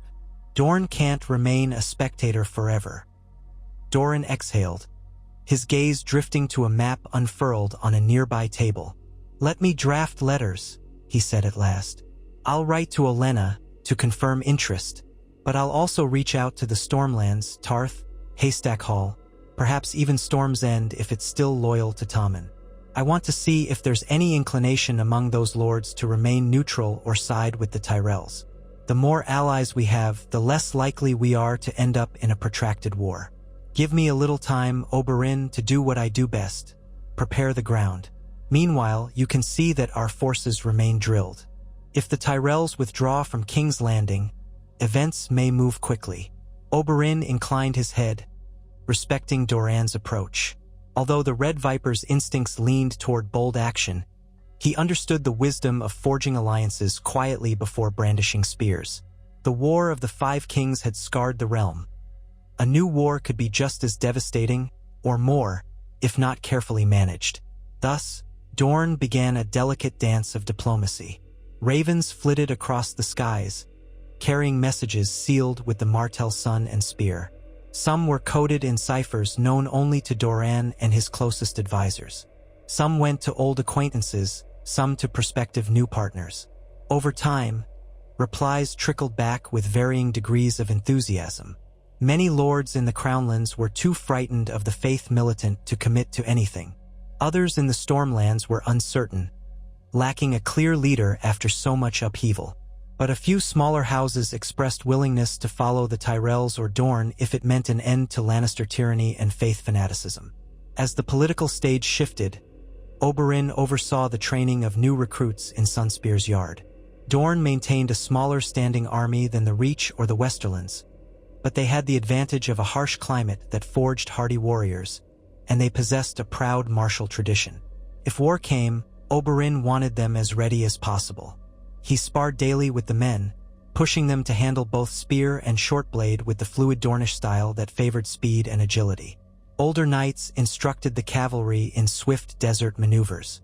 The city blacksmiths hammered out new spear points and arrowheads day and night, and quartermasters stocked dried rations for potential campaigns in the scorching roads. Ellaria, too, played a part. She was no stranger to intrigue. She helped Oberyn gather intelligence about the mercenary companies that drifted in and out of Planky Town. Some were rumored to be under Lannister pay, seeking infiltration. Others might be up for hire by Dorne if needed. Ellaria's charm and skill in reading people made her an asset. Together with several of the Sand Snakes, she formed a subtle network of watchers and informants, ensuring that should the Lannisters or any other enemy attempt to strike at Sunspear, they would find themselves anticipated. Not long after, a significant raven arrived from King's Landing. It was not from Cersei but bore the seal of the king, Tommen Baratheon. In reality, it had likely been dictated by one of his advisors, but the wording still carried the royal voice. It demanded that Dorne surrender the traitor Oberyn Martell to face trial for the murder of Lord Tywin Lannister, or else the crown would declare House Martell in open rebellion. The letter was an ultimatum, couched in formal language, but it ended with a veiled threat about what might befall any region that harbored regicide. When Prince Doran showed the letter to Oberyn, he had to stifle a laugh. "They're mad," Oberyn said. "As if we'd ever hand me over." and they have no means to enforce such a threat. Doran frowned. It's not the crown's threat that concerns me so much as the High Sparrow's potential involvement. He might use this as an excuse to declare a holy war on Dorne, claiming we harbor an unrepentant murderer. The Faith's power in the capital is frighteningly strong. Now, it's less about the Lannisters and more about zealotry. But the letter only further pushed House Martell toward the Tyrell proposition. If the crown was threatening them so blatantly, what incentive was there to remain aloof? The conversation had turned from if to when. Dorne was leaning toward acceptance of Olenna's alliance, waiting only for the final nudge. It came soon after in the form of a rumor, then confirmation, that Margaery Tyrell had been put on trial by the Faith. Initially, all expected a show trial that would end with a forced atonement walk, like the one Cersei had endured. But the Faith's charges grew more severe by the day, and the rumors claimed that a group of fanatics within the Faith militant wanted to make an example of the Queen. Under pressure from the High Sparrow, King Tommen was powerless to intervene. Some whispered that Margaery's life was in real danger. When Olenna Tyrell learned of this, she sent a new raven to Prince Doran, stating unequivocally, "We are leaving King's Landing. Our armies march for home. We will blockade the roads and strangle the capital if they so much as lay a hand on my granddaughter. Will Dorne stand with us?"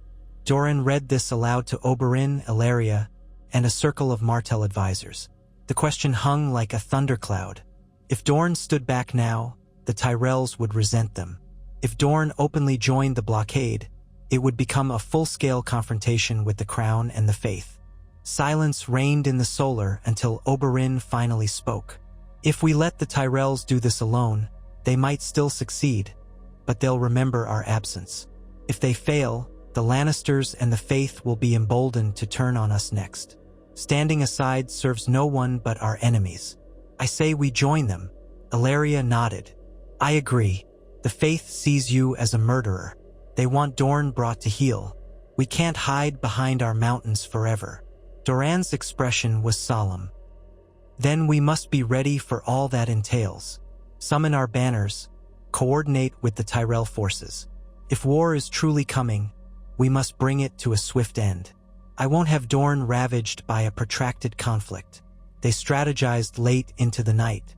Ravens flew from Sunspear in all directions, announcing House Martell's readiness to stand with the Reach in opposition to the Faith's overreach and the Crown's intimidation. They carefully worded the letters to stress that this was not a rebellion against King Tommen personally, but rather a necessary move to liberate Queen Margaery and end the unlawful captivity inflicted by extremist elements of the Faith. It was political theater, but in wars of words, every nuance counted. The reaction was immediate. Some lords in the Crownlands panicked. Others applauded. The Faith militant was furious, proclaiming that Dorne was led by a poisoner and kinslayer, doubling down on their condemnation of Oberyn. The Gold Cloaks and King's Landing tried to enforce martial law, but the city was already on the brink of chaos. Food shortages plagued the streets. The Tyrell men within the city quietly departed under cover of night, heading back to the Reach. A small rearguard of Lannister loyalists tried to block them, resulting in skirmishes near the Dragon Pit. The Tyrell host regrouped in the fertile fields south of the Blackwater Rush, swelling with local bannermen. Soon, tens of thousands of Reach soldiers stood under Golden Rose banners, forming ranks that dwarfed the city's garrison. Lady Olenna, together with Mace Tyrell and his more capable sons, prepared for a siege of sorts. But instead of an immediate assault on the city walls, they aimed to blockade all land routes, cutting King's Landing off from the bounties of the Reach. Without those supplies, the overcrowded capital would starve within weeks. House Martell did its part by dispatching mounted patrols to harass any Crown or Faith sympathizers traveling the Rose Road. Dorne's main army gathered near the Dornish marches, ready to advance if the Lannisters tried a pincer move from the west. Oberyn himself led a sizable contingent of spearmen, lightly armored cavalry, and archers adept at fighting in scorching conditions. Though the climate north of the marches was more temperate, Oberyn's men were well-trained and mobile. A second Dornish force, commanded by a loyal bannerman of House Martell, took position at the Prince's Pass, ensuring that no Westerland army could slip through. As the armies arrayed themselves, tension rippled across the realm. Everyone knew this was not a typical war of succession. King Tommen still sat the throne, at least in theory, but a struggle over who actually held power. The Tyrells, with Dorne's backing, wanted to neutralize the Faith militant and sideline the Lannisters. The Lannisters, or what remained of them under Cersei, insisted that they still controlled the crown. The Faith militant saw itself as the moral authority guiding the realm. Into this volatile mix came rumor after rumor. That Jaime Lannister was returning with an army from the Westerlands, that the Greyjoys were raiding the Reach's coasts, that Stannis Baratheon was marching south from the north. In truth, none of these forces were fully mobilized. The Westerlands had been bled dry by the War of the Five Kings and by internecine feuds after Tywin's death. The Greyjoys were raiding but lacked the unity for a major invasion. Stannis might still be entangled in the frigid north. So for now, the lines of conflict focused on the region around King's Landing and the Rose Road. Oberyn and his troops advanced cautiously, linking up with a Tyrell vanguard near Bitterbridge. The men greeted each other with wary courtesy. Some of the Tyrell knights remembered Oberyn's famed skill in tournaments. Others remembered that he once threatened to kill the entire Lannister family. They were uncertain whether to treat him as a friend or a dangerous ally. But Lady Olenna's orders were clear. The Martells were to be treated with respect, for they were now critical to the Tyrell plan. After days of maneuvering, a combined Dornish-Tyrell force encamped about 20 miles south of King's Landing, near a strategic fork in the road that could lead either to Storm's End or directly into the city. There, on a rolling plain dotted with old farmsteads and windmills, they set up rows of tents. Banners flapped in the wind. Golden roses, suns, and spears, lesser houses from both the Reach and Dorne. At dusk, the air was thick with the smell of cook fires and horse sweat. Soldiers sharpened blades, told ribald jokes, and stole anxious glances toward the horizon where the capital lay. Oberyn's personal tent was modest compared to the grand pavilion of Mace Tyrell, but it was comfortable enough. He sat at a low table with Ellaria and Nymeria Sand, discussing the next steps while guards milled outside. A flickering brazier cast shifting shadows on the canvas walls. "So close," Ellaria murmured, staring at the map. Yet Mace Tyrell dithers about whether to march closer. He wants to starve the city, not storm it. Nymeria frowned. That makes sense in a way. An assault would cost thousands of lives, and the city folk might resent us if we sack King's Landing. But a blockade is slower, and who's to say the Faith militant won't do something drastic in the meantime? Oberyn tapped a spot on the map with a slender finger. "We have outriders ensuring no large convoys are sneaking in from the west or the north. The Tyrell fleet blocks the sea route. The city is essentially sealed. So within a few weeks, unless the Faith militant capitulates or the Lannisters conjure an army from thin air, they're done." That's Mace's logic. He thinks desperation will force them to negotiate and release Margaery. But the Faith is fanatic, Ellaria pointed out. Fanatics don't always act logically. They might kill Margaery out of spite. Oberyn let out a bitter chuckle. If they do, it'll be their final mistake. The Tyrells will tear the city apart. We'll join them. Then all illusions of peace vanish. No sooner had he spoken than a breathless messenger arrived at the tent flap, beckoned in by a guard. He bowed hurriedly, removing his helm to reveal sweat-matted hair. "Prince Oberyn," he panted. "Lady Olenna requests your presence at Lord Tyrell's pavilion immediately. There's news from the city." Oberyn's features darkened with concern. He stood. "What news?" The messenger swallowed. "They say the High Sparrow has threatened to put Queen Margaery to the question. Something about adultery and high treason. He might carry it out within days if the Tyrells don't lift the siege." Ellaria's eyes flashed with alarm. "Gods!" Oberyn clenched his jaw. "So it begins. Let's go." They headed out at once. Mace Tyrell's pavilion was a grand affair, trimmed with gold thread and rose emblems. Torches formed a ring around the perimeter, casting the interior in bright, dancing light. Guards parted to let Oberyn, Ellaria, and Nymeria pass. Inside, they found Mace Tyrell, Garland Tyrell, and Olenna Tyrell, along with a cluster of knights and bannermen. The atmosphere was tense. Olenna stood at the center, her wizened face set in a grim mask. "This just arrived from the city," Olenna said without preamble, thrusting a parchment at Oberyn. He glanced over it, scanning the High Sparrow's self-righteous tone. The gist was clear. The faith demanded the Tyrells withdraw within 3 days or Margaery would face the Holy Inquest, which almost certainly meant torture or execution. "Fools," Oberyn growled. "They think they can bluff." Olenna's voice shook with anger. "They're mad. They must know what we'll do if they harm Margaery. Yet they posture as if they hold all the cards." Mace Tyrell, red-faced and anxious, slammed a gauntlet fist on a wooden table. "I won't stand for this. We'll storm the city at dawn, tear down the sept, and feed that sparrow to the crows." Several knights murmured agreement, though others looked wary. "That's no simple task," one said. "The city walls are strong, and the gold cloaks might fight us." "And what of the small folk?" Mace waved a dismissive hand. "The small folk won't matter if we break the gates quickly. Half of them hate the faith anyway. We can bribe or butcher the gold cloaks. We have the numbers." Olenna rolled her eyes. This from the man who bungled the Siege of Storm's End all those years ago. A direct assault on King's Landing would be bloodier by far. "But time is short if my granddaughter's life is truly at stake." Oberyn cleared his throat. "Perhaps we can offer a parley, demand that Margaery be released under some pretense. If not, we threaten to breach the city. We could muster siege engines within a day or two." Mace nodded vigorously. Yes, a parley. But if they don't yield, we attack, no hesitation." Garland Tyrell, the more level-headed son, spoke up. "We should confirm that Margaery is truly in the Sept's custody still, and not moved elsewhere. A direct assault might push them to hide or harm her." Nymeria Sand crossed her arms. "We can smuggle someone into the city, see if we can confirm her location. Perhaps a spy under a false name." Mace threw up his arms in exasperation. "We've no time for that sort of subterfuge.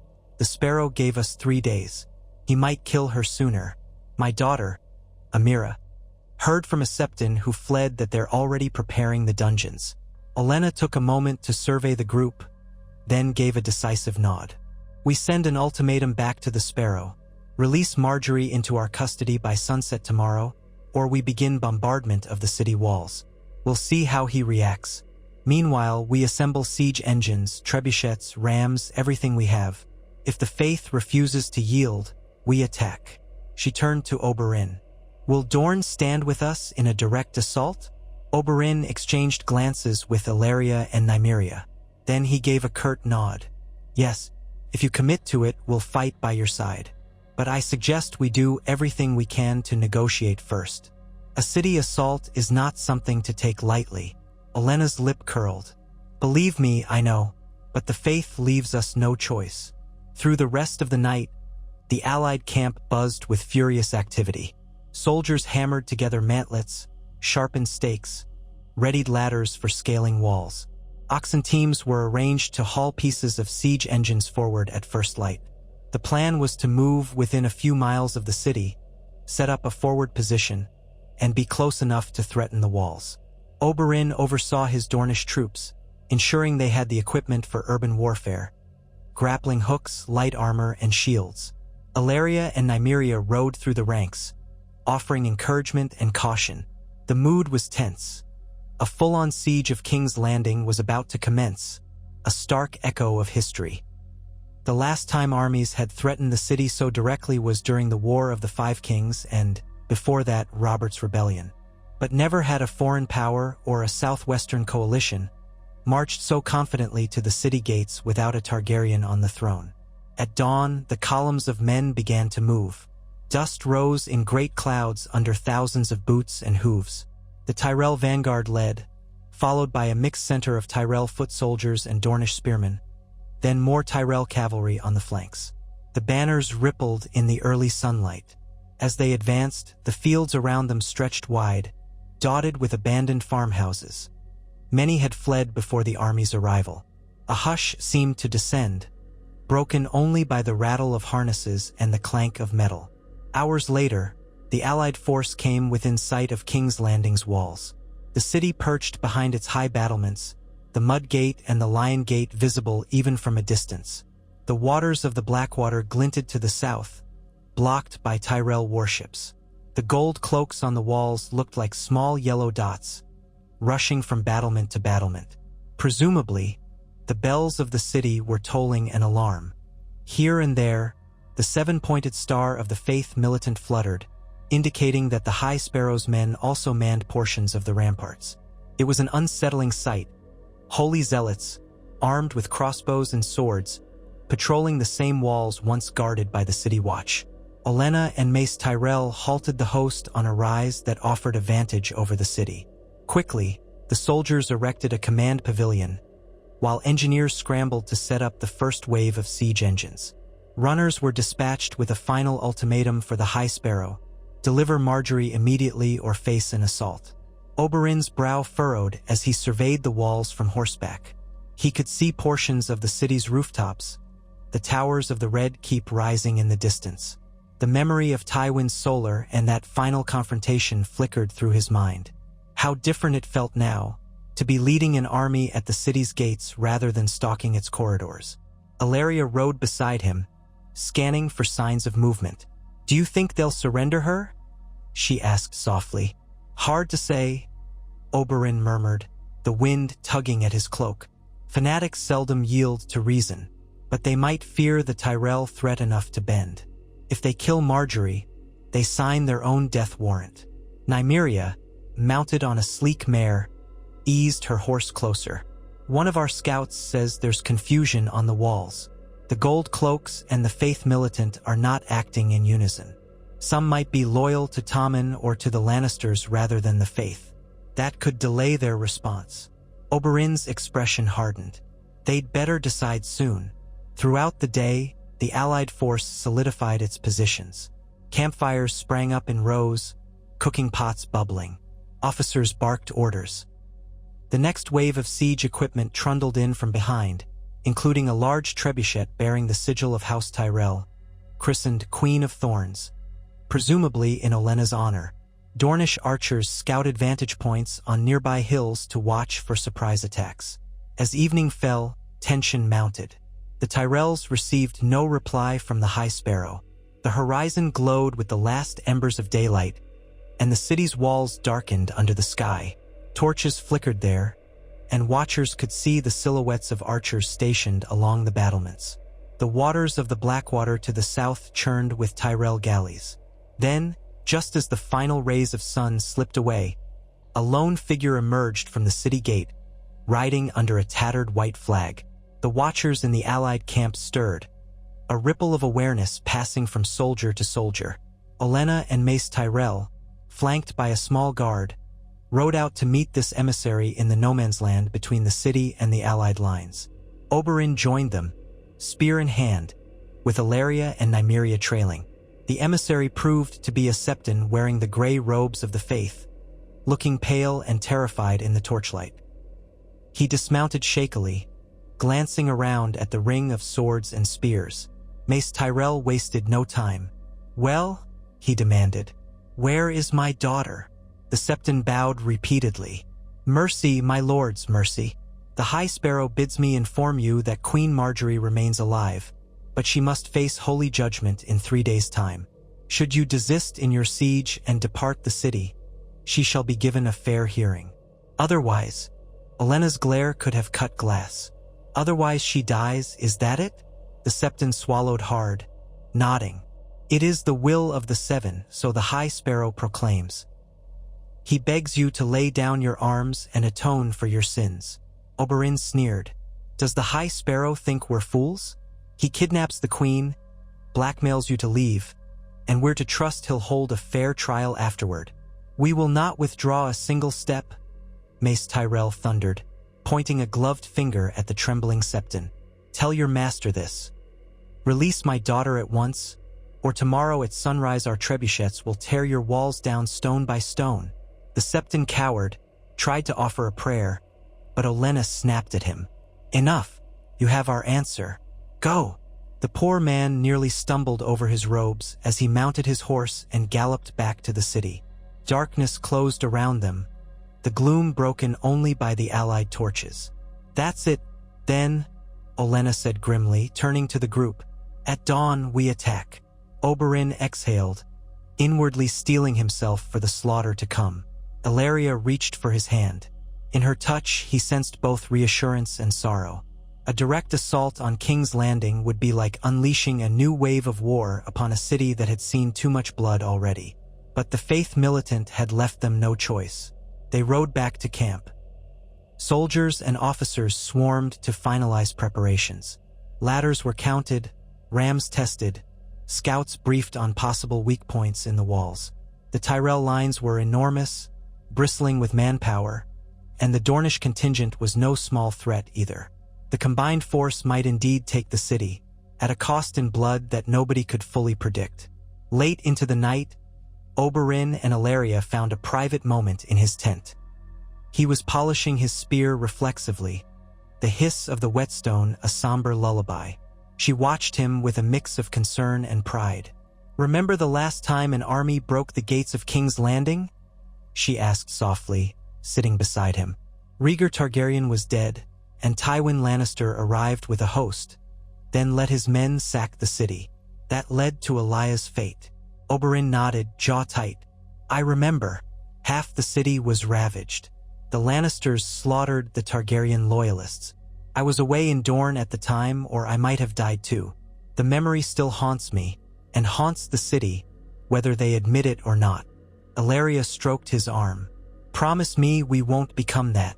We're not here to loot and rape. We're here to remove the Faith's stranglehold, to free Margaery, to break the Lannisters once and for all. We won't repeat the horrors of the sack," Oberyn vowed quietly. "But war rarely spares innocence. We'll do our best." In that moment, he felt the weight of leadership more than ever. He had once come to King's Landing alone, seeking a personal vengeance. Now he led a portion of Dorne's army, and the responsibility was vast. The dawn would bring bloodshed. Morning arrived in a blaze of light that found the allied forces arrayed in battle formation. Ranks of Tyrell foot soldiers advanced behind tall pavises, archers at the ready. Dornish spearmen formed a wedge near the center, with cavalry poised on both flanks. Overhead, the sky was clear, the wind still. Trumpets blared as the lines moved forward, crossing the final stretch of open land that led to King's Landing's walls. Engineers wheeled forward the siege engines under the watch of crossbowmen. Ladders rattled, swords clanged. Men muttered prayers or curses. From the city walls, the defenders loosed a sporadic volley of arrows. Some fell short, others thudded into shields. The gold cloaks seemed uncertain, while the Faith Militant in their white and gray garb shouted fervent chants. Bells pealed in warning. An eerie echo from the great September smoke drifted overhead where the Tyrell ships blockaded the Blackwater. Olenna Tyrell, back in the command pavilion, watched through a spyglass. Mace Tyrell directed maneuvers closer to the lines, and Garland led an elite vanguard. Oberyn and Nymeria joined the vanguard too, planning to lead a wedge toward the King's Gate if needed. Ellaria remained behind with a reserve group, prepared to exploit any breach or hold back if the defenders attempted a sortie. A hush seemed to grip the plain for a moment. Then the Tyrell trumpets sounded the advance, and with a great roar, thousands of men surged forward. Siege ladders lifted, dwarfed by the city's walls. Archers exchanged volleys, the air a swarm of feathered shafts.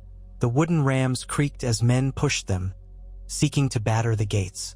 Shouts, screams, and the clang of steel erupted, forging a cacophony that no single mind could fully grasp. Oberyn's spear darted up to swat away an incoming arrow as he led a wedge of Dornish spearmen on the flank. They advanced in disciplined rows, tall shields overhead in a testudo-like formation. Arrows rained, but mostly bounced off. A few men fell, but the wedge continued, pressing toward the ramparts. Nearby, Tyrell men-at-arms braced ladders against the walls, only to have boiling oil poured on them by defenders. Screams cut the morning air. The stench of scorched flesh and heated metal wafted across the battlefield. High above, The Faith's fanatics hurled stones and flaming torches. Some brandished the seven-pointed star banners as if they were magical wards. Others spat curses at the attackers. Now and then, a gold cloak or two would try to coordinate with them, but there was confusion on the walls. A portion of the city watch was rumored to despise the Faith militant. Here and there, scuffles broke out among the defenders themselves, further complicating the city's defense. Oberyn's focus sharpened. He guided his men along the base of the wall, searching for a weak point. They came upon an old postern gate that was bricked over. He signaled the engineers to bring forward a small battering ram. Dornish archers covered them, firing upward.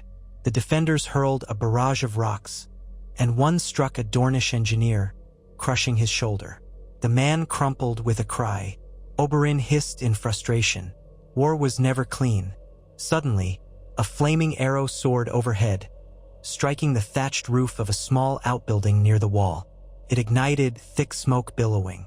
The swirl of smoke offered partial cover, though it also choked the attackers. Oberyn coughed as he pressed forward, ignoring the heat. With the ramming, the old bricked gate began to crumble. Elsewhere along the wall, Tyrell forces tried a different tactic. They had constructed massive siege towers overnight, though not entirely completed. A few that were ready rumbled forward, bristling with archers. It was slow, grueling work to push those towers across muddy terrain. Defenders loosed flaming bolts to set them alight, but the towers were covered in wet hides that resisted ignition. Finally, near the King's Gate, a team of Tyrell knights managed to raise a ladder and scramble onto a section of the battlements. The Faith militant tried to repel them, swords clashing in brutal close quarters. The narrow walkway became slick with blood. Some Tyrell men were thrust back, tumbling to their deaths, but others held on, fighting valiantly. Bit by bit, the defenders were pushed aside. A Tyrell banner appeared on the wall's edge, flapping triumphant. Soldiers below cheered. The gate, however, remained barred. The assault was far from over. In the swirl of chaos, Oberyn's small postern gate assault finally broke through. A gap opened in the lower wall, just wide enough for a man to slip in. With a cry, Dornish spearmen squeezed through, weapons at the ready. The defenders tried to hold them back, but they were partially outflanked by the new opening. Oberyn led the charge inside, thrusting his spear with lethal precision at a startled gold cloak. The man fell with a wet gurgle. Another Faith militant swung a flail at Oberyn's head, but he ducked swiftly, then spun his spear upward, impaling the man through the chest. Blood splattered across stone. Nymeria Sand followed at his side, slashing with dual daggers. A group of Dornish poured through behind them, forcing the defenders to fall back or die. Now inside the outer perimeter, Oberyn found himself in a cramped courtyard behind the walls. The smell of dung and rotting refuse clung to the corners. A narrow stairway led up to the ramparts. Buildings loomed beyond, forming a labyrinth of alleys. Shouts and clashes echoed everywhere. The city was not fully subdued, of course. The Faith militant and gold cloaks had plenty of men deeper in. But this breach was a step toward opening the gates. Oberyn's eyes flicked around for a vantage. "That staircase, take it. Let's open the gate," he shouted at his men, gesturing upward. Nymeria bounded ahead with half a dozen spearmen. They clattered up the steps, crossing swords with defenders at the top. The clang of steel rang out. Oberyn followed, harrying a pair of Faith fanatics who blocked the stairwell, their eyes wild with fervor. One lunged with a spear. Oberyn parried, knocked the man off balance, and drove his spear point into the gap of the fanatic's gorget. The man choked out a final prayer before collapsing. Reaching the ramparts, Oberyn saw the King's Gate not far off, closed and barred from the inside. If they could seize the gatehouse mechanism, they could admit the main army. Carefully, they advanced along the wall, skirmishing with small pockets of defenders. Smoke from the burning outbuildings curled overhead. Bells still tolled in the city, though some were drowned by the din of fighting. Finally, they arrived at the gatehouse. A cluster of Faith militant men guarded the massive winch and chain that controlled the portcullis. The fighting here was furious, close-in and personal. Nymeria tangled with a brawny zealot who wielded a spiked mace. She dodged left, feinted, then slit the man's throat in a single smooth motion. Oberyn clashed with another who shrieked condemnation about the Dornish devil who murdered Lord Tywin. Oberyn's retort was a deadly thrust straight through the zealot's abdomen, twisting the spear to ensure a mortal wound. Sparks flew, men shouted curses or prayers. But the Dornish spearmen pressed the advantage. One by one, the defenders fell. A Dornish soldier seized the winch handle. With others' help, he began cranking it. The chain groaned. The portcullis jerked upward. Another soldier shoved aside the main bar that locked the gates. Outside, a roar rose from the Allied lines. The King's Gate began to open. At once, Tyrell cavalry surged forward. The gate swung wide enough for horses to pour into the city, and the real invasion began. The defenders on the wall realized too late what had happened. Some threw down their weapons, others fought on in desperation. Oberyn paused to catch his breath, sweat slick on his brow. Smoke and the scent of blood invaded his lungs. He felt a surge of grim satisfaction, but also a pang of sorrow for the city's people. This would not be a gentle takeover, even if they tried to minimize harm. War was never gentle. He looked down from the ramparts as hundreds, then thousands of Allied soldiers flooded into King's Landing. The streets near the gate quickly erupted in chaos. Some gold cloaks dropped their arms, others brandished them. Faith militant men fought from behind makeshift barricades. The city's populace scattered in terror or cowered in doorways. Tyrell banners advanced, horns blared. A cavalry unit galloped past, hoofs thundering on cobblestones. Olenna's plan was working. The defenders hadn't had the morale or coordination to mount a unified defense. The blockade had starved them of resources, and the faith's zealotry was no substitute for a well-led army. Still, the fight would rage from street to street. Oberyn forced himself to keep moving. "We must secure the gate completely," he told Nymeria. "Then we push deeper, try to reach the Red Keep, and the Great September Margaery might be in either place." Nymeria nodded, eyes gleaming with adrenaline. "I'll hold the gate. Father, go. You're better suited to lead the push." He clapped a hand on her shoulder. "Fight well, daughter." Gathering a small squad of Dornish spearmen, Oberyn descended the ramparts into the city proper. The clangor of battle rolled through the narrow streets. Civilians screamed, some barricading their doors, others running aimlessly. A handful of gold cloaks tried to rally near a tavern, but were swiftly overrun by Tyrell archers. Smoke drifted from multiple buildings. Whether set alight accidentally or intentionally was unclear. Step by step, Oberyn advanced north, aiming for the Hill of Rainies where the Great September of Baelor stood. If Margaery was being held by the Faith, that was the most likely location. The roads twisted, and more than once Oberyn had to fend off small ambushes of fanatics chanting about sin and redemption. They fought with suicidal fervor, but they were no match for trained Dornish soldiers. As the morning bled into afternoon, the Allied army made significant progress.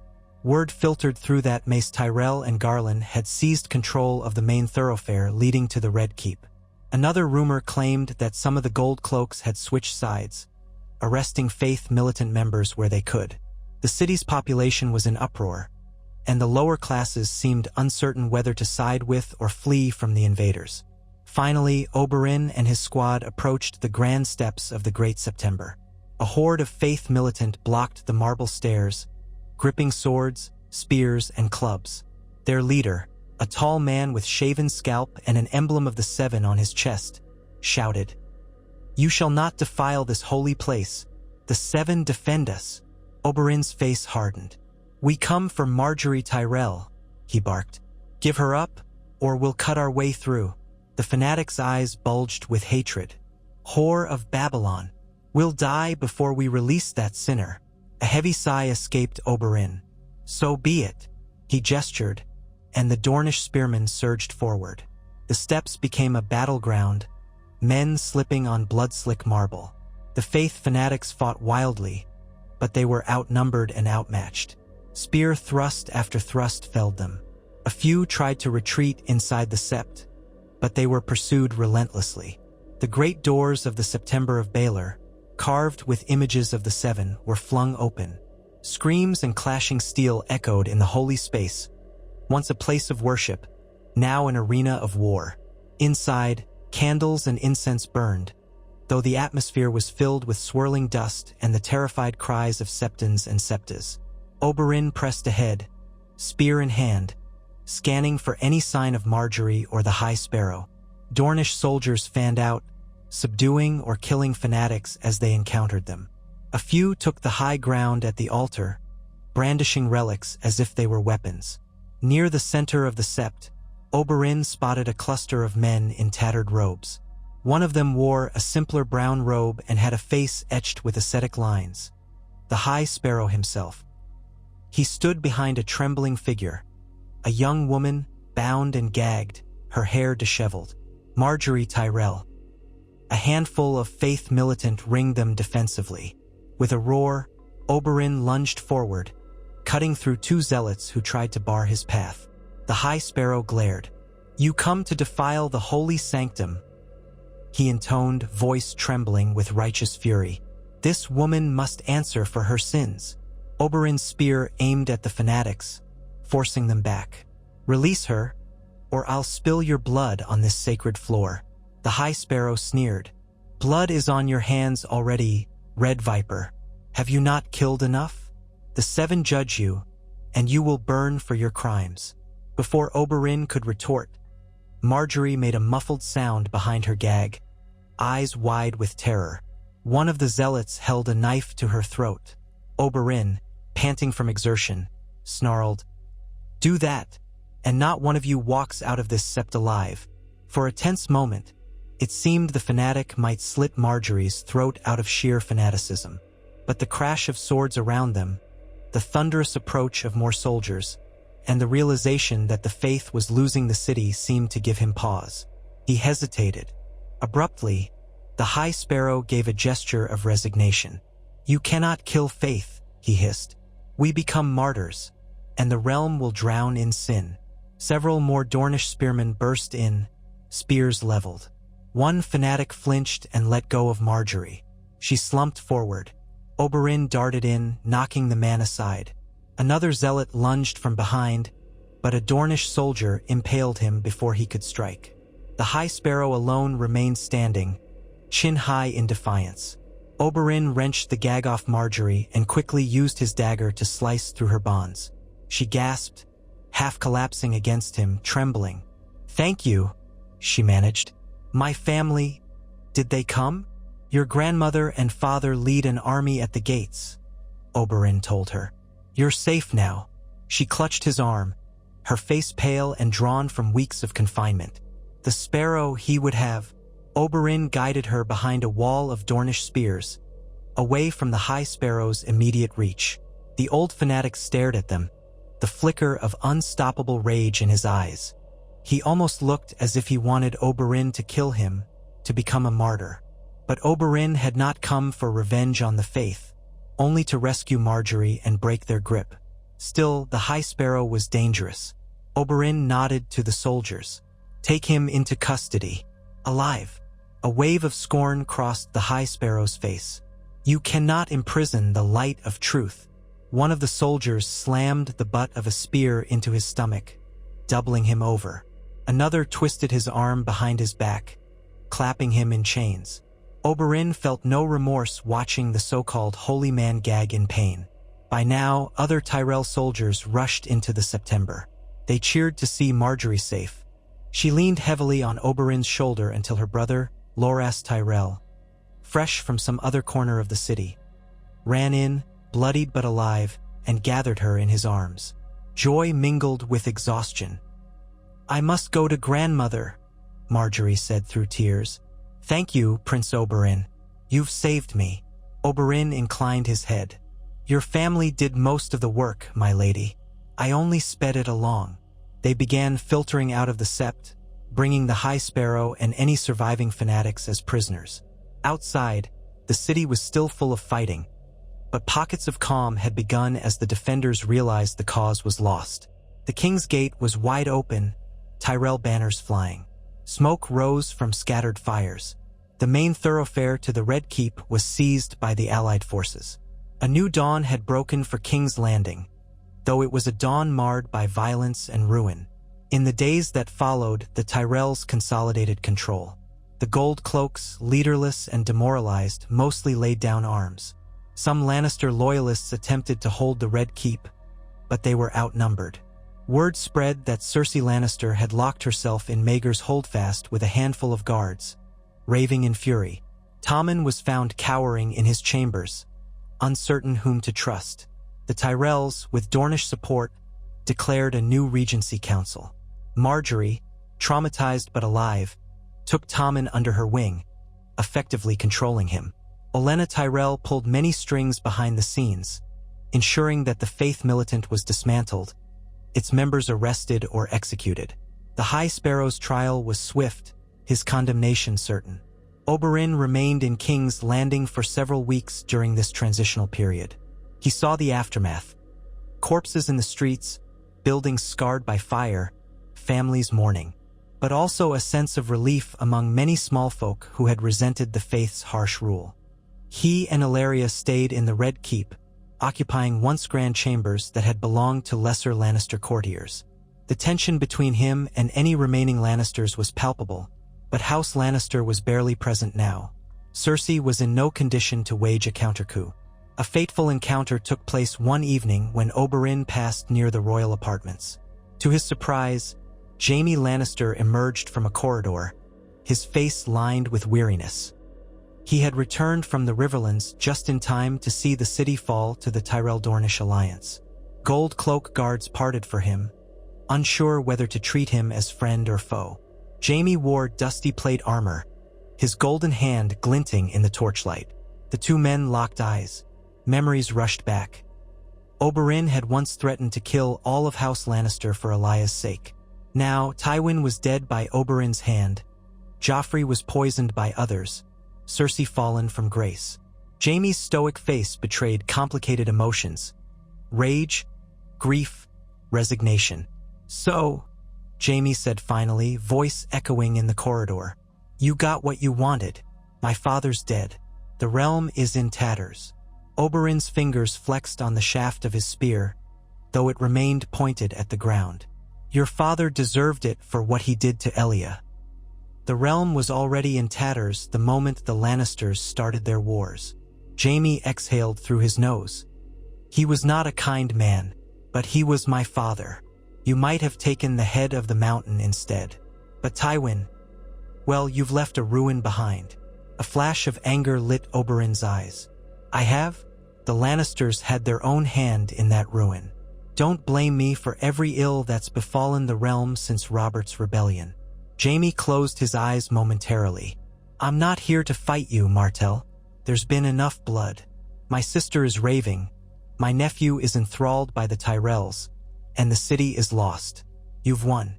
I suppose that's all there is to say." He turned, walking away with a defeated slump to his shoulders. Oberyn watched him go, feeling an unexpected pang of pity. Jaime had been the Kingslayer, infamous for breaking vows, but he also had once saved King's Landing from the Mad King's wildfire. Life was rarely black and white. Soon after, Cersei was placed under house arrest by the new regime. The Tyrells had no desire for a show trial akin to what the Faith had done, but neither would they allow her freedom to conspire. Tommen, for his part, was overshadowed by Margaery's counsel. The city, battered and half-starved, slowly resumed daily life under Tyrell-Dornish occupation. Public soup kitchens were established, and the Faith's hoarded grain was distributed to quell unrest. Oberyn oversaw Dornish troops patrolling certain wards, ensuring the Gold Cloaks remained cooperative. He felt both satisfaction and weariness at having so thoroughly undone the Lannister hold on King's Landing. Yet he knew the realm's troubles were not over. Far from it. The north was still uncertain, the Iron Islands raided the western coasts, and rumors of Daenerys Targaryen's dragons grew stronger. So many questions loomed. Would the Tyrells hold the throne? Would they accept a Targaryen return? Would Dorne remain an ally or eventually part ways to rule itself? Prince Doran arrived in the capital a fortnight later, traveling with a small retinue to formally negotiate the new order. The city's folk, upon seeing the Prince of Dorne, realized how much had changed. Here was a Martell, strolling the streets of King's Landing not as a subordinate but as a co-ruler in effect, shaping the fate of the crown. Doran met privately with Olenna and Mace Tyrell, establishing a joint council to oversee the regency until Tommen came of age. They agreed to dismantle the Faith Militant, repay some of the crown's debts to the Iron Bank in measured installments, and begin the arduous task of rebuilding the city's infrastructure. While these official meetings took place, Oberyn patrolled the Red Keep's halls, occasionally still feeling the ghost of Tywin's presence. He found himself standing outside the solar where he had slain the old lion, remembering that pivotal moment. The door was locked, the room still unused, a silent testament to the downfall of House Lannister's patriarch. Outside, a pair of Tyrell guards murmured about how the place was rumored to be cursed. Ellaria found him there, quietly touching his arm. "It's done," she said gently. "Let him haunt empty rooms. You have your life still ahead of you." He turned, giving her a faint smile. "And the realm does too, if we steer it wisely." In the months that followed, King's Landing gradually adjusted to Tyrell Dornish rule. A council was formed, including Prince Doran, Olenna Tyrell, Garland Tyrell, and a handful of others considered capable administrators. Margaery served as Queen Regent in practice, guiding young Tommen. The small folk saw some relief as markets reopened and bread prices stabilized. The few remaining Lannister loyalists in the capital either bent the knee or fled. Cersei's fury simmered in confinement. Jaime, disillusioned, largely withdrew from court life, drifting in his own regrets. For Dorne, the alliance with the Reach yielded tangible benefits. Trade routes expanded, tariffs dropped, and the violent animosity that once separated the marches lessened. A watchful peace settled over the southern half of the realm, though the new regime kept a wary eye on potential challengers in the Westerlands or beyond. Oberyn eventually returned to Sunspear, hailed as a hero by many Dornish for having helped reshape the monarchy to Dorne's advantage.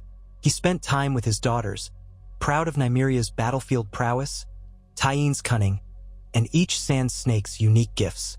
Ellaria teased him that he might grow complacent now that the realm was relatively stable.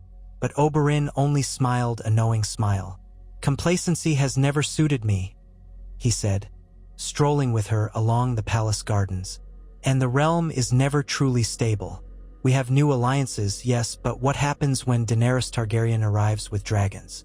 Or if the North truly does break away? Or if the Iron Islands unify under some mad kraken? The wheel keeps turning." Ellaria slid an arm around his waist.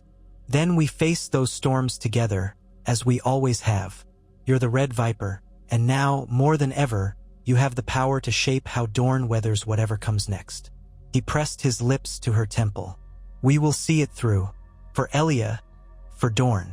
Far away, on the other side of the narrow sea, the Mother of Dragons gathered her strength. In the icy north, men whispered of walking dead. On the Iron Islands, the lords reaved and plotted. Yet, for the moment, the sun shone brightly on Sunspear, gilding the towers, warming the sands. Oberyn Martell, who had once been defined by vengeance, now found himself helping to guide an uncertain realm toward a new era. No one could say whether war or peace would dominate the future. But for the first time in many years, Dorne stood at the forefront of Westerosi power, neither beholden to the Iron Throne nor consigned to the shadows. Oberyn had killed Tywin Lannister, shifting the entire Game of Thrones. Some called it regicide, some called it justice, and others saw it as a spark that ignited a broader rebellion against tyranny and fanaticism. Whatever name they gave it, the act had changed the shape of history. In the quiet of a Dornish evening, as the sky turned to lavender and the water gardens shone with the reflections of orange and pink clouds, Oberyn often walked alone among the fountains, remembering the faces of those he had lost and those he had saved. It felt as though the ghosts of the past had finally found some rest. Yet he knew better than most that the future was as uncertain as the ripples in a pool. Each movement could spawn another wave. He could still feel the weight of that final thrust into Tywin's gut, the moment that had symbolized the end of an era. Perhaps Elaya's soul might now know that her children's deaths were avenged. Perhaps Dorne, at long last, could command the respect and fear it deserved, ensuring that no tyrant ever repeated the horrors inflicted on House Martell. Time would reveal whether the path was truly secured, or if new storms would sweep across the sands. But the Red Viper of Dorne, in forging an alliance with the Tyrells and toppling the Old Lion, had demonstrated that even the mightiest can fall, and that sometimes vengeance and justice can align to reshape the fate of nations. He stood at a balcony's edge, the salt-tinged breeze brushing against his face, gazing toward the horizon where the sea met the sky. The sun dipped low, painting the world in gold and crimson.